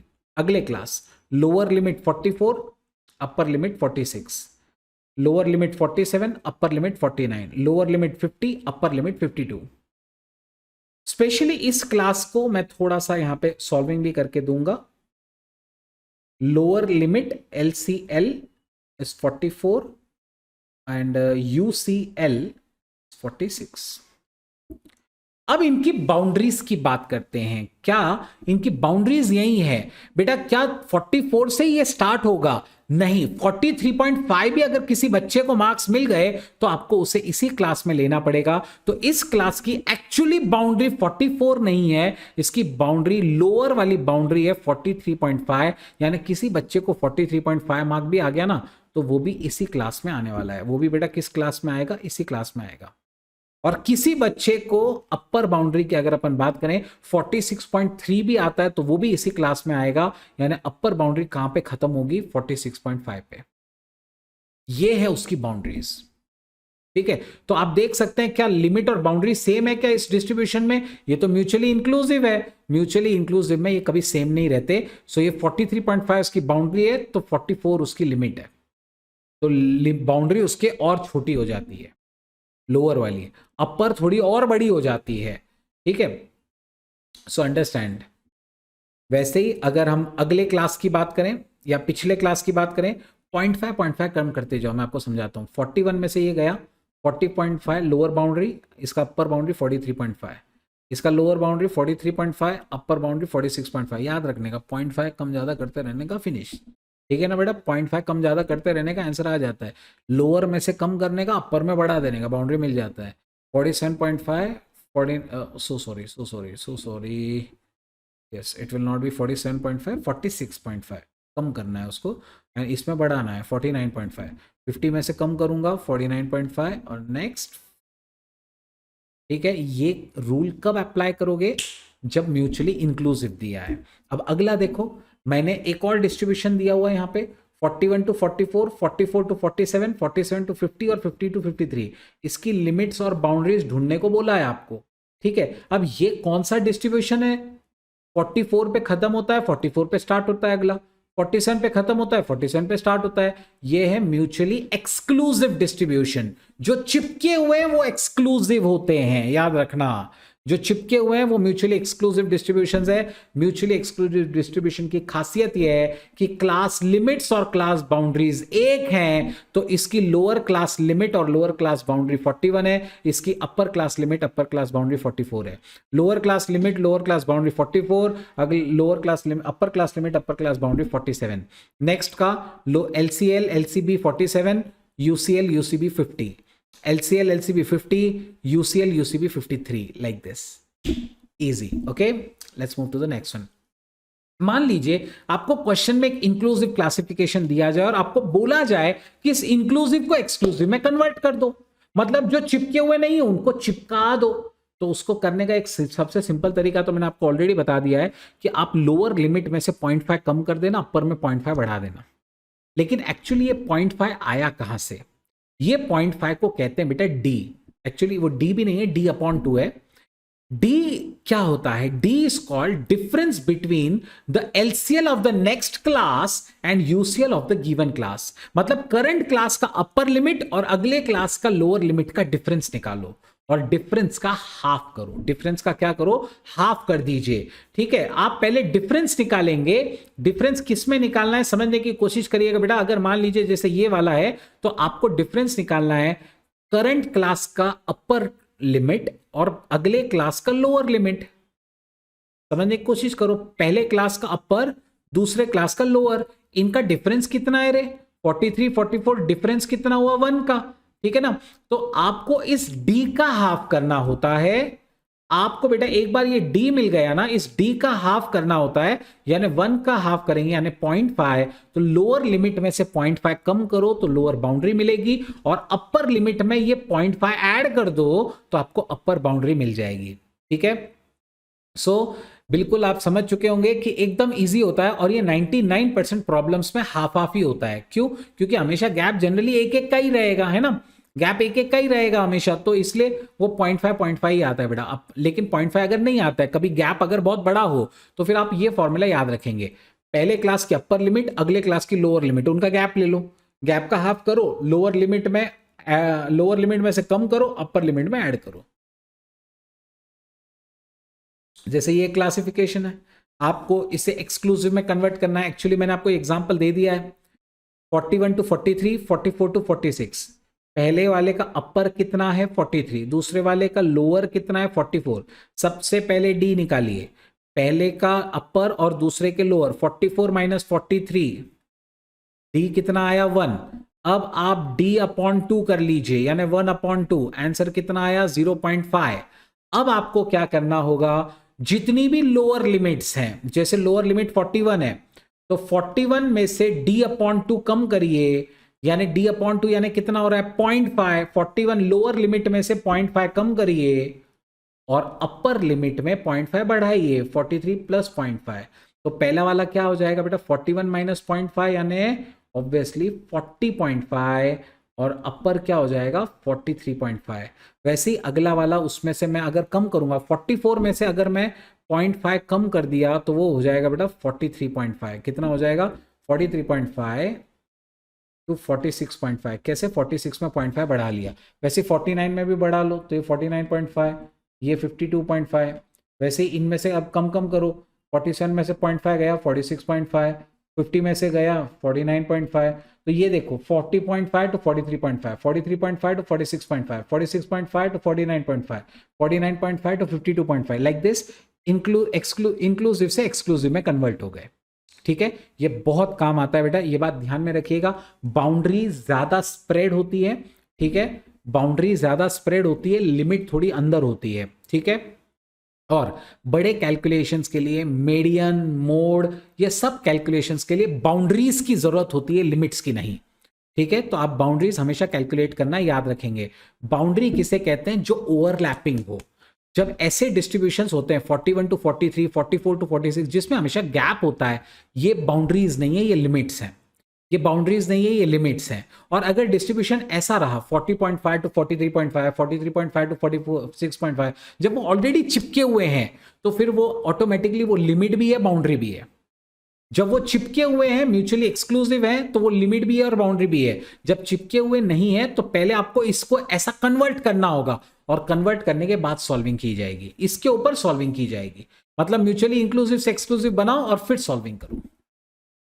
Mid point क्या होता है, क्लास मार्क क्या होता है बेटा, सीधा सीधा है अपर लिमिट या लोअर लिमिट अपॉन 2, या अपर boundary plus lower boundary upon 2, मतलब दोनों के बीच का पार्ट। ठीक है, mid point, mid value, class mark, सबका मीनिंग एक है, सबका मीनिंग बेटा एक है। सो अब जैसे इसमें 41 टू 43 ये लिमिट्स हैं, 44 टू 46, हमें इसे क्लास मार्क निकालने हैं। तो याद रखिएगा, इसका क्लास मार्क निकालने के लिए क्या आपको इसको बाउंड्री में कन्वर्ट करने की जरूरत है, नहीं। क्लास मार्क में आप upper limit plus lower limit upon 2 भी कर सकते हैं। तो 43 प्लस 41 अपॉन 2 कर लो, 43 प्लस 41 अपॉन 2, ये आ गया बेटा 42। ठीक है, वैसे अगला 46 प्लस 44 अपॉन 2 करो 45, अगला वाला करिए 48, एक minute, 51 plus 47 divide by 2, actually 49 आ रहा है, सॉरी 49, 52 से 58 कितना हो जाएगा बेटा, 52 से 58 डिवाइड बाय 2 आ रहा है बेटा 55। ऐसे आप आराम से निकाल सकते हैं। ठीक है, आप देख सकते हैं यहाँ पे विड्थ अलग अलग है। पहले में सिर्फ 41 से 43 3 आइटम थे, 44 से 46 3 आइटम थे, लेकिन 47 से 51 आइटम बढ़ गए, 5 आइटम हो गए, 52 से 58 7 आइटम हो गए। तो विड्थ अलग अलग है।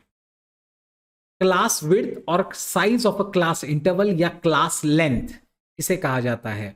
यह सबसे इंपॉर्टेंट में से एक है। क्यों? क्योंकि यहां पे बच्चे गलतियां करते हैं। यहां बच्चे क्यों गलतियां करते हैं? वो लिमिट्स का डिफरेंस ढूंढते हैं, ना कि बाउंड्रीज का। The width or size of a class interval may be defined as difference between the upper boundary and lower boundary of a class interval. Width बोलो या size बोलो of a class interval may be defined as difference between the upper boundary and lower boundary of a class interval. मतलब upper boundary और lower boundary का gap लो, limits का gap मत ले लेना। लिमिट्स का गैप नहीं लेना है हमें, बाउंड्रीज का गैप लेना है। उसे क्लास विड्थ, क्लास इंटरवल या क्लास लेंथ ऐसे अलग अलग नाम दिया जा सकता है। क्लास साइज भी कोई कोई कहते हैं, class width, class interval, class length, सबका मीनिंग एक है बेटा, यूसीबी माइनस एलसीबी। अब मैंने यहां पे एक क्वेश्चन दिया हुआ है 41 टू 43, 44 टू 46, क्या ये क्लास बाउंड्रीज हैं क्या? क्या ये चिपके हुए हैं? नहीं, ये चिपके हुए नहीं है, तो ये क्लास बाउंड्री नहीं है। इसकी बाउंड्री निकालनी पड़ेगी। इसकी बाउंड्री अपन ने थोड़ी देर पहले निकाली थी। 0.5 लोअर में से कम करो, 0.5 अपर में ऐड कर दो, तो इसकी बाउंड्रीज मैं यहां पे लिख रहा हूं। 41 में से 0.5 कम किया 40.5 और 43 में बढ़ाया तो 43.5। वैसे अगले वाले का कर रहा हूं। 44 में से कम किया 43.5 और 46 में बढ़ा दिया तो 46.5। वैसे 47 में कम किया 46.5 टू 51.5। नेक्स्ट 52 से कम किया तो इट बिकम 51.5 और यहां पे 58.5। अब बाउंड्रीज आ चुकी हैं। अब आप इनके इंटरवल आराम से निकाल सकते हैं। अब आप इनके इंटरवल आराम से निकाल सकते हैं। अपर boundary minus lower boundary 43.5 minus 40.5 interval 3 का, 46.5 टू 43.5 इंटरवल 3 का, 51.5 टू 46.5। ओके, समझने की कोशिश करिएगा बेटा। 51.5 टू 46.5 गैप कितने का है? 5 का है। 58.5 टू 51.5 माइनस करिए, गैप है 7 का। This are class intervals. This are class intervals. आप देख सकते हैं मैंने लिमिट से इसे नहीं निकाला है, मैंने बाउंड्रीज को कंपेयर करके निकाला है। नेक्स्ट, अब बात करते हैं बेटा अगले कंसेप्ट की, जो है क्यूमुलेटिव फ्रीक्वेंसी। क्यूमुलेटिव फ्रीक्वेंसीज दो तरीके की होती हैं, less than cumulative frequency, more than cumulative frequency. Less than और मोर देन क्यूमुलेटिव फ्रीक्वेंसी का मतलब क्या होता है? लेस देन क्यूमुलेटिव फ्रीक्वेंसी का मतलब होता है number of observations less than a particular value. मतलब जैसे less than 10, less than 20, less than 30। अच्छा, जो लेस देन 20 है वो लेस देन 30 में भी आएगा, जो लेस देन 30 है वो लेस देन 40 के अंदर भी आएगा। समझने की कोशिश करिए, क्योंकि लेस देन 40 में तो 40 के नीचे वाले पूरे हो गए, चाहे वो 0 से छोटे हो, 10 से छोटे हो, 20 से छोटे हो, लाइक दैट। सो अंडरस्टैंड, जब लेस देन बोला जाएगा तो उस वैल्यू से लेस देन वाले सारे लेने पड़ते हैं, उस बाउंड्री से लेस देन वाले सारे लेने पड़ते हैं। और अगर मोर देन बोलेगा तो उस बाउंड्री से ऊपर वाले सारे लेने पड़ते हैं। ठीक है, तो आपको इन सबको ऐड करना होता है। लेकिन एक बात याद रखना, किसी भी पर्टिकुलर पॉइंट का अगर आपने लेस देन और मोर देन दोनों निकाल लिया, जैसे मोर देन 30 लेस देन 30 दोनों अगर आपने निकाल लिया, तो जब आप इनका टोटल करेंगे ना, जब आप इनका टोटल करेंगे तो फिर सारे ऑब्जर्वेशन इसमें आ जाते हैं, सारे के सारे। अब मैंने यहाँ पे बाउंड्रीज क्यूमुलेटिव फ्रीक्वेंसी समझाने के लिए एक एग्जांपल यहाँ रखा हुआ है, क्लास और उनकी फ्रीक्वेंसीज दी गई हैं। हमेशा याद रखना, जब आप लेस देन कर रहे हैं ना, तो लेस देन के साथ नाम हमेशा अपर लिखा जाता है। मतलब लेस देन जैसे 0 to 10 है, तो लेस देन बोलोगे तो अपर बाउंड्री का ही नाम लेने का। Less than 10, less than 20, less than 30, less than 40, less than 50 ऐसा पढ़ोगे आप। मोर देन बोला ना, तो मोर देन में हमेशा लोअर बाउंड्री का नाम लेने का। More than 0, more than 10, more than 20, more than 30, more than 40, like this. ठीक है, तो लोअर में नाम अपर का लगाओगे और अपर में मतलब मोर देन में नाम लोअर का लगाओगे। नेक्स्ट, जब आप लेस देन वाला कर रहे हैं तो टोटल ऊपर से नीचे तक जाएगी। मतलब पहले 5, फिर 5 प्लस 8, फिर 5 8 15 ऐसे। ठीक है, और जब आप मोर देन ढूंढ रहे हैं तो फिर आप टोटल नीचे से ऊपर लाओगे, नीचे का 4, फिर 4 प्लस 6, फिर 4 6 15, लाइक दिस ऐसे। मतलब लेस देन में टोटल टॉप टू बॉटम जाएगी, एक एक करके टोटल करके आप लिखते जाओगे, और मोर देन में टोटल नीचे से ऊपर आएगी, नीचे का लिखोगे, फिर ऐसे ही करते चले जाओगे। ठीक है, याद रखना क्या क्या चीज सिखाई। लेस देन में नाम हमेशा अपर का लिखा जाएगा, उसके बाद टॉप से नीचे तक। मोर देन में नाम हमेशा लोअर का लिखा जाएगा, और हमेशा आप टॉप से बॉटम से टॉप तक टोटल करते हुए जाएंगे। अब मैंने यहाँ पे एक एग्जाम्पल लिखा हुआ है। ठीक है, एग्जाम्पल बेटा मैंने यहाँ पे लिखा हुआ है, और एग्जाम्पल लेते टाइम चलिए अब मैं आपको सिखाता हूं इसे कैसे सॉल्व करना है। क्यूमुलेटिव फ्रीक्वेंसीज लेनी है। याद रखिए, क्यूमुलेटिव फ्रीक्वेंसी लेते टाइम आप लिमिट से कभी कैलकुलेट नहीं कर सकते। क्यूमुलेटिव फ्रीक्वेंसीज भी बाउंड्री से ही होती है। ठीक है, आप देख सकते हैं, it has to be noted that cumulative frequencies are always using class boundaries. So if the class boundaries are not provided, class limits को class boundaries में convert करो। ठीक है, तो ये है आपकी class limits जो स्क्रीन पर दी हुई है। ठीक है, आपको साफ दिख रहा है कि ये boundaries तो नहीं है, boundaries हम पहले भी निकाल चुके हैं। ठीक है, तो फिर आप कैसे लिखेंगे इसे? 40.5 to 43.5, 43.5 to 46.5। मैं लोअर में से कम कम करते जा रहा हूँ बेटा, इनमें से आधा आधा कम करते जा रहा हूँ। तो 46.5 to 51.5 एंड 51.5 to 58.5। ठीक है, आप देख सकते हैं मैं अपर में 0.5 बढ़ा रहा हूं और लोअर में 0.5 घटा रहा हूं। अब एक बार ये आ गया, अब लेस देन वाला करेंगे। लेस देन में टोटल कैसे पढ़ना है और मैं आपको समझाता हूं। लेस देन में कभी भी आप लोअर नाम नहीं लिखेंगे, लेस देन में नाम अपर लिखा जाएगा। तो लेस देन 43.5 11, लेस देन 46.5 ऊपर के दोनों का टोटल 11 और 20, समझ रहे हैं आप। तो लेस देन अगर मैं कर रहा हूं तो less than 43.5 11, less than 46.5 11 plus 20 31, less than 51.5 इन तीनों का टोटल 41, और फिर लेस देन 58.5 सबका टोटल 50। वैसे ही मोर देन में नीचे से आएंगे 9, फिर इन दोनों का टोटल 19, फिर 39 एंड फिर 50। So more than 51.5, more than 46.5, more than 43.5 and more than 40.5। इस तरीके से बेटा करना होगा। अब बात करते हैं फ्रीक्वेंसी डेंसिटी की।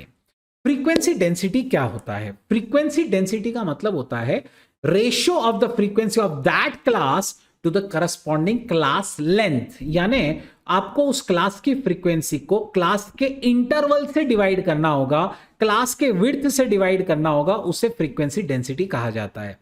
ठीक है, ratio of the frequency of that class interval to the corresponding class length. यानी आपको क्लास विड्थ से डिवाइड करना है, आपको क्लास लिमिट का गैप नहीं लेना है, क्लास बाउंड्री का गैप लेना है, क्योंकि क्लास विड्थ या क्लास इंटरवल हमेशा बाउंड्रीज का गैप होता है। तो बाउंड्रीज के गैप से आप फ्रीक्वेंसी को डिवाइड करेंगे।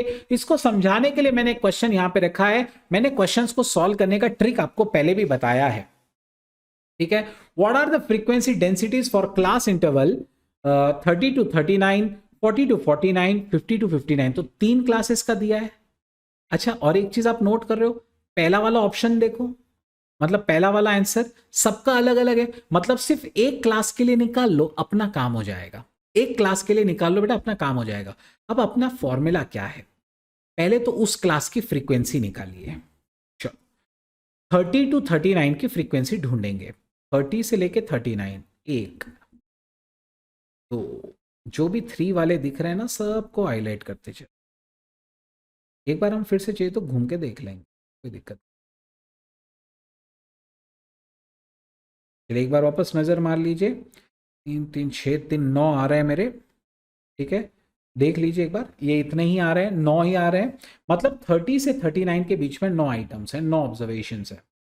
और आपको इसे किससे डिवाइड करना है? आपको इसे क्लास विड्थ से डिवाइड करना है। याद रखिएगा, क्लास विड्थ का फॉर्मूला, क्लास विड्थ का formula UCL minus UCL minus LCL है क्या? नहीं, फॉर्मूला है यूसीबी माइनस एलसीबी। मतलब lower class boundary minus upper class boundary. बेटा इस बात को ध्यान में रखना। ठीक है, सॉरी यार, अपर बाउंड्री माइनस लोअर बाउंड्री। अब क्या इस क्वेश्चन में आपको बाउंड्रीज दी गई हैं 30 to 39 और 40 to 49?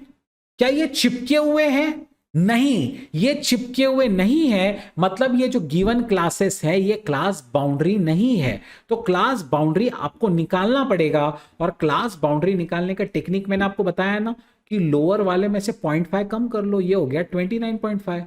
अपर वाले में 0.5 ऐड कर लो, 39.5। अब इनका गैप ले लो, 39.5 अपर boundary minus lower boundary. Answer है 10। आंसर है 10। मतलब इस 9 को 10 से डिवाइड कर लीजिए, आंसर है 0.9। पहले वाले का फ्रीक्वेंसी डेंसिटी 0.9 है, तो इसका मतलब डी ऑप्शन करेक्ट है। आई होप आप सब समझ रहे हैं कि अपन ने कैसे किया। पहले फ्रीक्वेंसी उस क्लास की ढूंढ ली, फिर उसके बाद क्लास विड्थ निकाली। क्लास विड्थ लिमिट्स का गैप नहीं होता, क्लास विड्थ हमेशा बाउंड्रीज का गैप होता है। तो बाउंड्रीज का गैप निकाला हमने, बाउंड्रीज निकाल के पहले गैप निकाला, वो 10 आया, आंसर डिवाइड करके आराम से मिल गया। ठीक है, अब रिलेटिव फ्रीक्वेंसी और परसेंटेज फ्रीक्वेंसी। रिलेटिव फ्रीक्वेंसी किसे कहते हैं बेटा? रिलेटिव फ्रीक्वेंसी का फॉर्मूला है class frequency upon total frequency. मतलब टोटल फ्रीक्वेंसी के सामने अपन कहां पे खड़े हैं। Class frequency upon total frequency, the ratio of class frequency to total frequency. इसका आंसर हमेशा 0 से 1 के बीच में ही होता है। इसका आंसर 0 से 1 के बीच में ही होता है। और अगर आपको परसेंटेज चाहिए होगा तो बस आप इसी को 100 से मल्टीप्लाई करिए। परसेंटेज फ्रीक्वेंसी यानी आपकी टोटल फ्रीक्वेंसी के सामने कितना फ्रीक्वेंसी परसेंटेज में इस क्लास से आता है, लाइक दिस। ठीक है ना, कि टोटल फ्रीक्वेंसी का कितना परसेंटेज इस क्लास से आता है, that is percentage frequency. Class frequency upon total frequency into 100। Is very simple. Okay, so class frequency upon total करोगे तो आपको फ्रीक्वेंसी, रिलेटिव फ्रीक्वेंसी मिलेगा, और उससे इनटू 100 करोगे तो परसेंटेज फ्रीक्वेंसी मिलेगा। अब यहां पे इसको समझाने के लिए भी मैंने क्वेश्चन रखा है। 50% का आपको डेटा दिया हुआ है तो आपको गिनने की जरूरत नहीं है। टोटल फ्रीक्वेंसी 50 है ना, टोटल फ्रीक्वेंसी तो 50 है। If the class intervals are 31 to 33, 34 to 36 etc, then percentage frequencies for last 5 class intervals। ओहो, लास्ट 5 क्लास इंटरवल्स का उसने परसेंटेज फ्रीक्वेंसी पूछा। अब अपने को यह कैसे पता चलेगा लास्ट 5 कौन कौन से थे, लास्ट 5 कौन कौन से थे? चलो वो आपको बताऊं मैं, उसके पहले हमें वो क्लास ढूंढना चाहिए जिसका आंसर चारों ऑप्शन में अलग अलग हो, ताकि हम सिर्फ उसी क्लास की फ्रीक्वेंसी, परसेंटेज फ्रीक्वेंसी ढूंढे और अपना आंसर आ जाए। वो कौन सा है ये देखो, 4 2 6 2, मतलब 2 2 रिपीट हो रहा है ना, तो ये वाला क्लास तो नहीं चलेगा। ये वाला क्लास चलेगा क्या? नहीं चलेगा, क्योंकि ये 2 आएगा तो दो ऑप्शन राइट हो सकते हैं। लास्ट सेकंड 2 10 4 4, अरे यार 4 आएगा तो ये दोनों क्लास सेम हो जाएंगे। ठीक है, अगला देखते हैं। तीसरा, लास्ट थर्ड 10 20 18 16, फैंटास्टिक, हो गया अपना काम। लास्ट थर्ड क्लास ढूंढकर निकाल लीजिए। लास्ट थर्ड क्लास के आंसर्स चारों ऑप्शन में अलग है, जिसका आंसर मैच हो गया ना वो अपना काम हो जाएगा। ठीक है, और अब आखिरी के 3 ढूंढेंगे कैसे? सबसे पहले आप इस पूरे डेटा को देखो और सबसे बड़े नंबर को ढूंढ के निकालो। पूरे इसको ढूंढो और सबसे ऊपर बड़े वाले नंबर को ढूंढ के दिखाओ।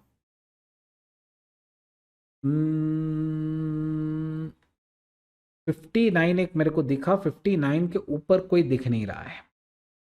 59 के ऊपर कोई दिख नहीं रहा है। ठीक है, अब 31 to 33, उसके बाद 34 to 36, 37 to 39। ठीक है, 3 के गैपिंग है, आप देख सकते हैं। 31, फिर अगला 34 से स्टार्ट होता है, अगला 37 से स्टार्ट होता है, फिर अगला वाला किससे स्टार्ट होगा? 40 से, फिर उसके बाद अगला स्टार्ट होगा 43 से, उसके बाद 46 से, 49 से, 52 से, 55 से। ओके, और फिर उसके अगले वाला 58 से स्टार्ट होगा। लास्ट थर्ड आपको चाहिए, देखो 31 34 37, तो 37 के बाद 3 और ऐड किया तो ऑब्वियस बात है 40 43 46 49 52 55 58। तो अपने को लास्ट थर्ड क्लास इंटरवल चाहिए, तो लास्ट थर्ड क्लास इंटरवल 52 से स्टार्ट होगा। बेटा कहां से स्टार्ट होगा? 52 से स्टार्ट होगा, तो 52 से 54 ये हमारा क्लास होगा लास्ट थर्ड वाला। अब आप 52 से 54 के बीच में के आइटम ढूंढिए। 52 से 54 के बीच में के आइटम्स ढूंढिए। पहला, 2 3 4 5, 5 आए। कितने? 5 और टोटल फ्रीक्वेंसी है 50, सो 5 अपॉन 50 इंटू 100, आंसर इज 10%। ये ऑप्शन इज करेक्ट। फॉर्मूला क्या है बेटा परसेंटेज फ्रीक्वेंसी का? Class frequency upon total frequency into 100। मैं वापस प्रोसीजर आपको समझा दूं, मैंने इसे कैसे सॉल्व किया। मैंने सॉल्व करने का तरीका बहुत आसान बना दिया बेटा। मैंने कैसे किया? मैंने सबसे पहले इसमें का टॉप आइटम ढूंढा जो 59 था, फिर क्लासेस में आगे ढकलते चला गया तो मुझे पता चला 59 58 to 60 में बैठेगा। लास्ट थर्ड वाला जो होगा फिर वो 52 से स्टार्ट होने वाला होगा, 52 से 54, और फिर 52 से 54 वाले मैंने सारे के सारे ढूंढ लिए, और उसको ढूंढने के बाद उसमें फॉर्मूला लगा लिया। तो टोटल 52 से 54 वाले एक्चुअली 5 थे, ये 59 ये अलग है, ये अपन तो हाईएस्ट ऑब्जर्वेशन ढूंढे थे। तो टोटल 5 थे, 5 upon total frequency into 100, so that is giving you the percentage frequency of 10। ये ऑप्शन इज करेक्ट। नेक्स्ट, अब इस चैप्टर के लास्ट पार्ट पर हम लोग ऑलमोस्ट आ गए हैं। Graphical presentation of a frequency distribution, पूरे फ्रीक्वेंसी डिस्ट्रीब्यूशन को ग्राफ के तौर पे कैसे बताया जा सकता है। ठीक है, so most common form of a diagrammatic presentation is a histogram या एरिया डायग्राम। हमने पहले हिस्टोरियाग्राम सीखा हुआ है बेटा, historigram is different and histogram is different. Histogram का दूसरा नाम है एरिया डायग्राम। क्वेश्चन सैकड़ों बार एग्जाम में आ चुका है कि एरिया डायग्राम क्या होता है। Area diagram is a histogram. So histogram या एरिया डायग्राम जो होते हैं ना, ये सबसे कॉमन फॉर्म है प्रेजेंट करने का। याद रखना, अगर आपको बाउंड्रीज नहीं दी गई हैं तो पहले लिमिट्स को बाउंड्रीज में कन्वर्ट करना पड़ेगा, फिर आप इसका ग्राफ बनाएंगे। अ सीरीज ऑफ एडजेसेंट रेक्टेंगल्स होंगे, एडजेसेंट रेक्टेंगल एक के बाद एक, one against each class interval, और हर क्लास इंटरवल का एक बेस होगा, एक ब्रेड्थ होगा। ठीक है, मतलब उसका हर एक क्लास जो होगा ना, क्लास इंटरवल ही एक्चुअली बेस होगा, और उसकी फ्रीक्वेंसी उसकी हाइट होंगी। ठीक है, मतलब यहां पे नीचे क्लास इंटरवल और उसकी हाइट यहां पे ऐसे। ठीक है, तो इस तरीके से, मतलब यहां पे क्लास इंटरवल जैसे 0 to 20 और फिर उसका बार यहां पे, फिर 20 to 40। ठीक है, ये एडजेसेंट रेक्टेंगल्स होने चाहिए, समझने की कोशिश करिए, ये एडजेसेंट रेक्टेंगल्स होने चाहिए। बार डायग्राम और इसमें यही फर्क है, बार डायग्राम में बार्स एडजेसेंट नहीं होते, ये हिस्टोग्राम में बार्स एडजेसेंट होने वाले हैं। ठीक है, so a series of adjacent rectangle जिसका बेस होगा क्लास इंटरवल और हाइट में आ जाएगा फ्रीक्वेंसी या फ्रीक्वेंसी डेंसिटी। फ्रीक्वेंसी डेंसिटी तब ली जाती है जब उनके क्लास के लेंथ, उनका जब क्लास का जो लेंथ होता है, क्लास का जो विड्थ होता है, अगर वो यूनिफॉर्म हो। मतलब पहला 0 to 20 है और दूसरा 20 to 50 है, तो ये 20 का गैप वाला, ये 30 वाले गैप का। जब ऐसे होते हैं ना, तो आप फ्रीक्वेंसी प्लॉट नहीं करते, जनरली फ्रीक्वेंसी डेंसिटी को प्लॉट करते हैं एज अ हाइट। ओके, तो इसका ग्राफ अगर आप बनाने जाओगे तो ग्राफ कुछ इस तरीके से दिखेगा। ये देखो छोटे छोटे बार्स हैं, सब चिपके हुए हैं आपस में। और इसकी सबसे खासियत देखो, जो सबसे बड़ा बार होता है ना बेटा, सबसे बड़ा बार, आप ऐसी एक लाइन मारेंगे, यानी उस बार से अगले बार की स्टार्ट तक, पिछले बार का एंड तक, और उसके सेंटर से जब आप नीचे ये मारते हो तो इधर आपको मिलता है मोड़। क्या मिल जाएगा? मोड़। तो हिस्टोग्राम से हम इजीली क्या डिराइव कर सकते हैं? मोड डिराइव कर सकते हैं। ये क्वेश्चन एग्जाम में कम से कम 10 बार आया है, मैं झूठ नहीं बोल रहा हूं, कम से कम 10 बार आया है कि हिस्टोग्राम से आप क्या ढूंढ सकते हैं, हिस्टोग्राम से आप मोड ढूंढ सकते हैं। ठीक है, याद रखिएगा। सो हिस्टोग्राम से या एरिया डायग्राम से मोड ढूंढा जा सकता है, हाईएस्ट बार से वो मिलेगा। अब फ्रीक्वेंसी पॉलीगॉन की अगर अपन बात करें, हिस्टोग्राम में आप देखिए किस तरीके से एडजेसेंट रेक्टेंगल्स थे, एडजेसेंट रेक्टेंगल्स को ज्वाइन किया गया। ठीक है, इन्हीं एडजेसेंट रेक्टेंगल्स के अगर मिड पॉइंट को टच करके लाइंस ड्रॉ की जाए तो उसे फ्रीक्वेंसी पॉलीगॉन कहा जाता है। उसे क्या कहा जाएगा? Frequency polygon. So frequency polygon generally single frequency distribution के लिए होता है, लेकिन अगर क्लास की विड्थ सेम रहे तो ये ग्रुप फ्रीक्वेंसी डिस्ट्रीब्यूशन के लिए भी लगाया जा सकता है। इसमें क्लास इंटरवल का जो मिड पॉइंट होगा, यानी जो क्लास मार्क होगा, उसके सामने आपको उसकी फ्रीक्वेंसी को प्लॉट करना है, जोड़ देना है, तो आपको आंसर मिल जाएगा। एक बात याद रखिएगा, हिस्टोग्राम और फ्रीक्वेंसी पॉलीगॉन, उसके अंदर जितना एरिया आता है ना, वो एरिया हमेशा सेम रहता है। अगर क्लास का विड्थ सेम हो तो उसके अंदर का एरिया हमेशा सेम रहता है। जैसे इसके अंदर का एरिया अगर 1 है तो फिर इन बार्स के अंदर का एरिया भी 1 ही होगा, लाइक दैट। हमने ये हिस्टोग्राम के मिड पॉइंट्स लिए और इन मिड पॉइंट्स को जोड़ते चले गए। मिड पॉइंट्स जोड़ने से जो ग्राफ बन गया, वो ग्राफ हो गया बेटा क्या?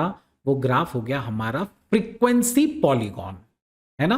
दैट्स अ फ्रीक्वेंसी पॉलीगॉन, जो हिस्टोग्राम के बार के मिड पॉइंट्स को जोड़ जोड़ कर बनाया जाता है। या आप कह सकते हैं जैसे ये 30 से 40 का क्लास है, तो हमने 35 के सामने उसकी फ्रीक्वेंसी को प्लॉट किया। क्या किया हमने? सेंटर में 35 के सामने उसकी फ्रीक्वेंसी को प्लॉट किया। ऐसे प्लॉटिंग कर करके उनको जोड़ दिया तो अपना फ्रीक्वेंसी पॉलीगॉन रेडी हो जाता है। नेक्स्ट, ओगिव्स और cumulative frequency graph. Now this is again very important. Ogives या क्यूमुलेटिव फ्रीक्वेंसी ग्राफ जो होते हैं ना, ये एक्चुअली मतलब अगर आप क्यूमुलेटिव फ्रीक्वेंसी को एक ग्राफ पेपर पे अगर प्लॉट करो, लेस देन वाला ऐसा जाएगा, मोर देन वाला ऊपर से नीचे आएगा। ठीक है, तो अगर आप ये लेस देन या मोर देन वाले क्यूमुलेटिव फ्रीक्वेंसी को ग्राफ पेपर पे प्लॉट करें तो जो कर्व्स आपको मिलेंगी उसे ओगिव्स कहा जाता है।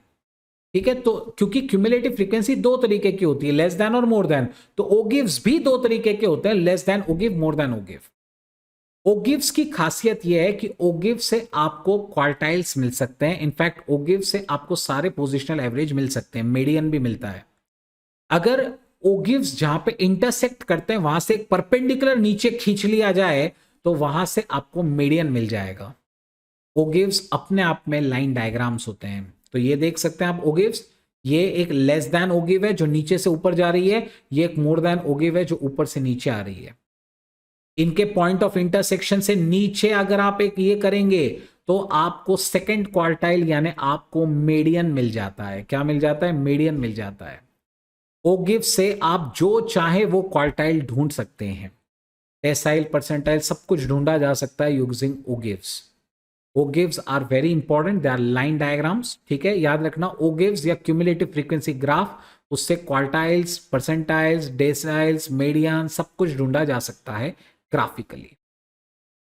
टू ओगिव्स आर देयर, ठीक है।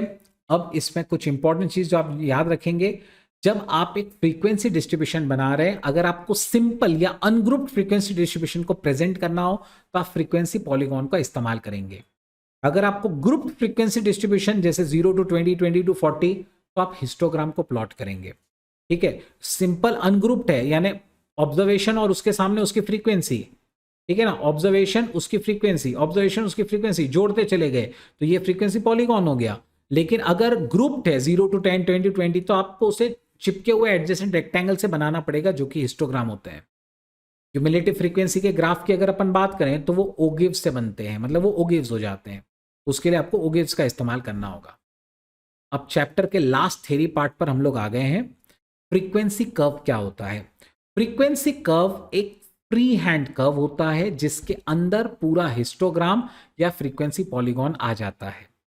ये एक ऐसा कर्व होता है जिसके अंदर ही पूरा फ्रीक्वेंसी पॉलीगॉन, पूरा हिस्टोग्राम आ जाना चाहिए, इसीलिए उसे कहा जाता है कि it is a limiting form, frequency curve is a limiting form of a frequency polygon या हिस्टोग्राम, मतलब हिस्टोग्राम या फ्रीक्वेंसी पॉलीगॉन उसके अंदर आ जाना चाहिए।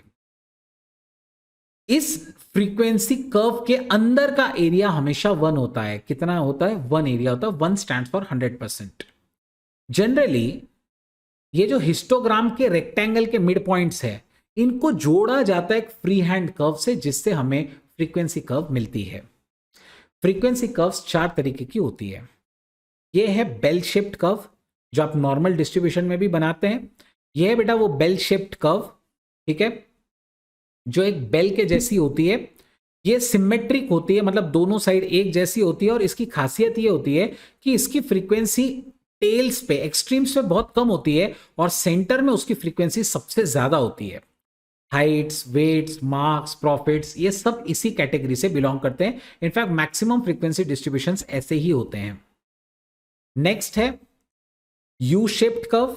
यू शेप्ड कर्व मतलब एक ऐसा कर्व जिसमें फ्रीक्वेंसीज एक्सट्रीम्स पे सबसे ज्यादा होंगी और सेंटर में फ्रीक्वेंसी सबसे कम होगी। जैसे बेटा ट्रैफिक की बात करें, सुबह ट्रैफिक सबसे ज्यादा होता है, शाम में ट्रैफिक सबसे ज्यादा होता है, और दिन में, दोपहर में ट्रैफिक कम रहेगा, ठीक है। सो ये एक यू शेप्ड कर्व है। जे शेप्ड कर्व की बात करें तो जिसमें शुरुआत में बेटा थोड़ा सा आपका ये डाउनफॉल होता है, मतलब थोड़ा सा फ्रीक्वेंसी कम होता है और फिर एकदम फ्रीक्वेंसी टॉप पर जाने लगता है, ठीक है। जनरली अगर हम कम्यूटर्स की बात करें तो सुबह से लेकर दोपहर तक, ठीक है, आते आते फ्रीक्वेंसीज बढ़ती चली जाएंगी, ठीक है।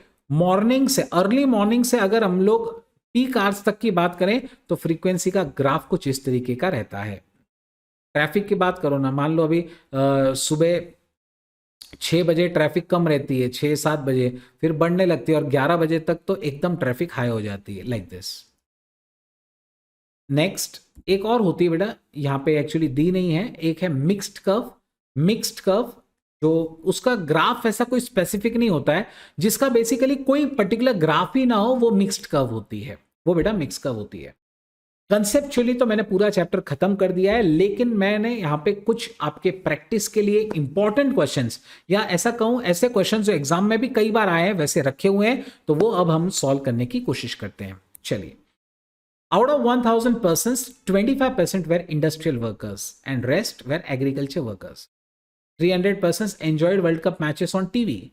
30% of the people who had not watched World Cup matches were industrial workers. So, काफी सारा डेटा दिया हुआ है. What is the number of agriculture workers who had enjoyed World Cup match on TV? अब जब ऐसे क्वेश्चंस आते हैं ना, मैं आपको एक सिंपल सजेस्ट करता हूं, ऐसे क्वेश्चंस को सॉल्व करने के लिए एक टेबल बनाया करो. इसे टैबुलर फॉर्म में सॉल्व करना बहुत आसान होता है. इसे टैबुलर फॉर्म में सॉल्व करना बेटा बहुत आसान होता है. चलिए इसे टैबुलर फॉर्म में हम लोग सॉल्व करने की कोशिश करेंगे.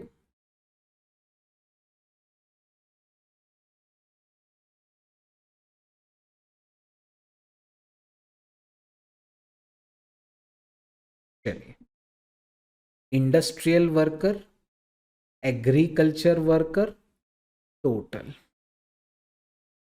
टीवी देखने वाले, नो टीवी वाले, total. Okay, out of 1000 person उसने कहा कि 1000 आदमी है. तो सबसे इंपॉर्टेंट पूरी टोटल कितनी बेटा? 1000.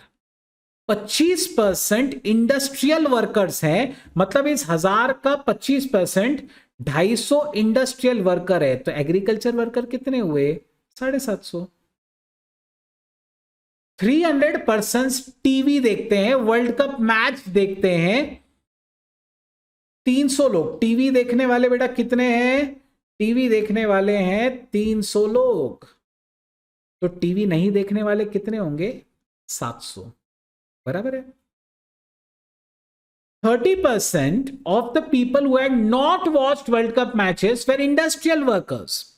मतलब 30% लोग जिन्होंने टीवी नहीं देखा था वो इंडस्ट्रियल है. टीवी नहीं देखने वाले टोटल लोग कितने थे? 700. 700 का 30%, जिन लोगों ने टीवी नहीं देखा उसका 30%, यानी 700 का 30% यानी 210 लोग वो कौन थे? इंडस्ट्रियल थे. यानी 700 में से 210 इंडस्ट्रियल थे. तो फिर ऑब्वियस बात है, एक ये आ गया ना बेटा, बाकी आप सब कुछ पूरा कर सकते हैं. ये 210 है, 700 में से 210 कम करो, ये आ गया 490.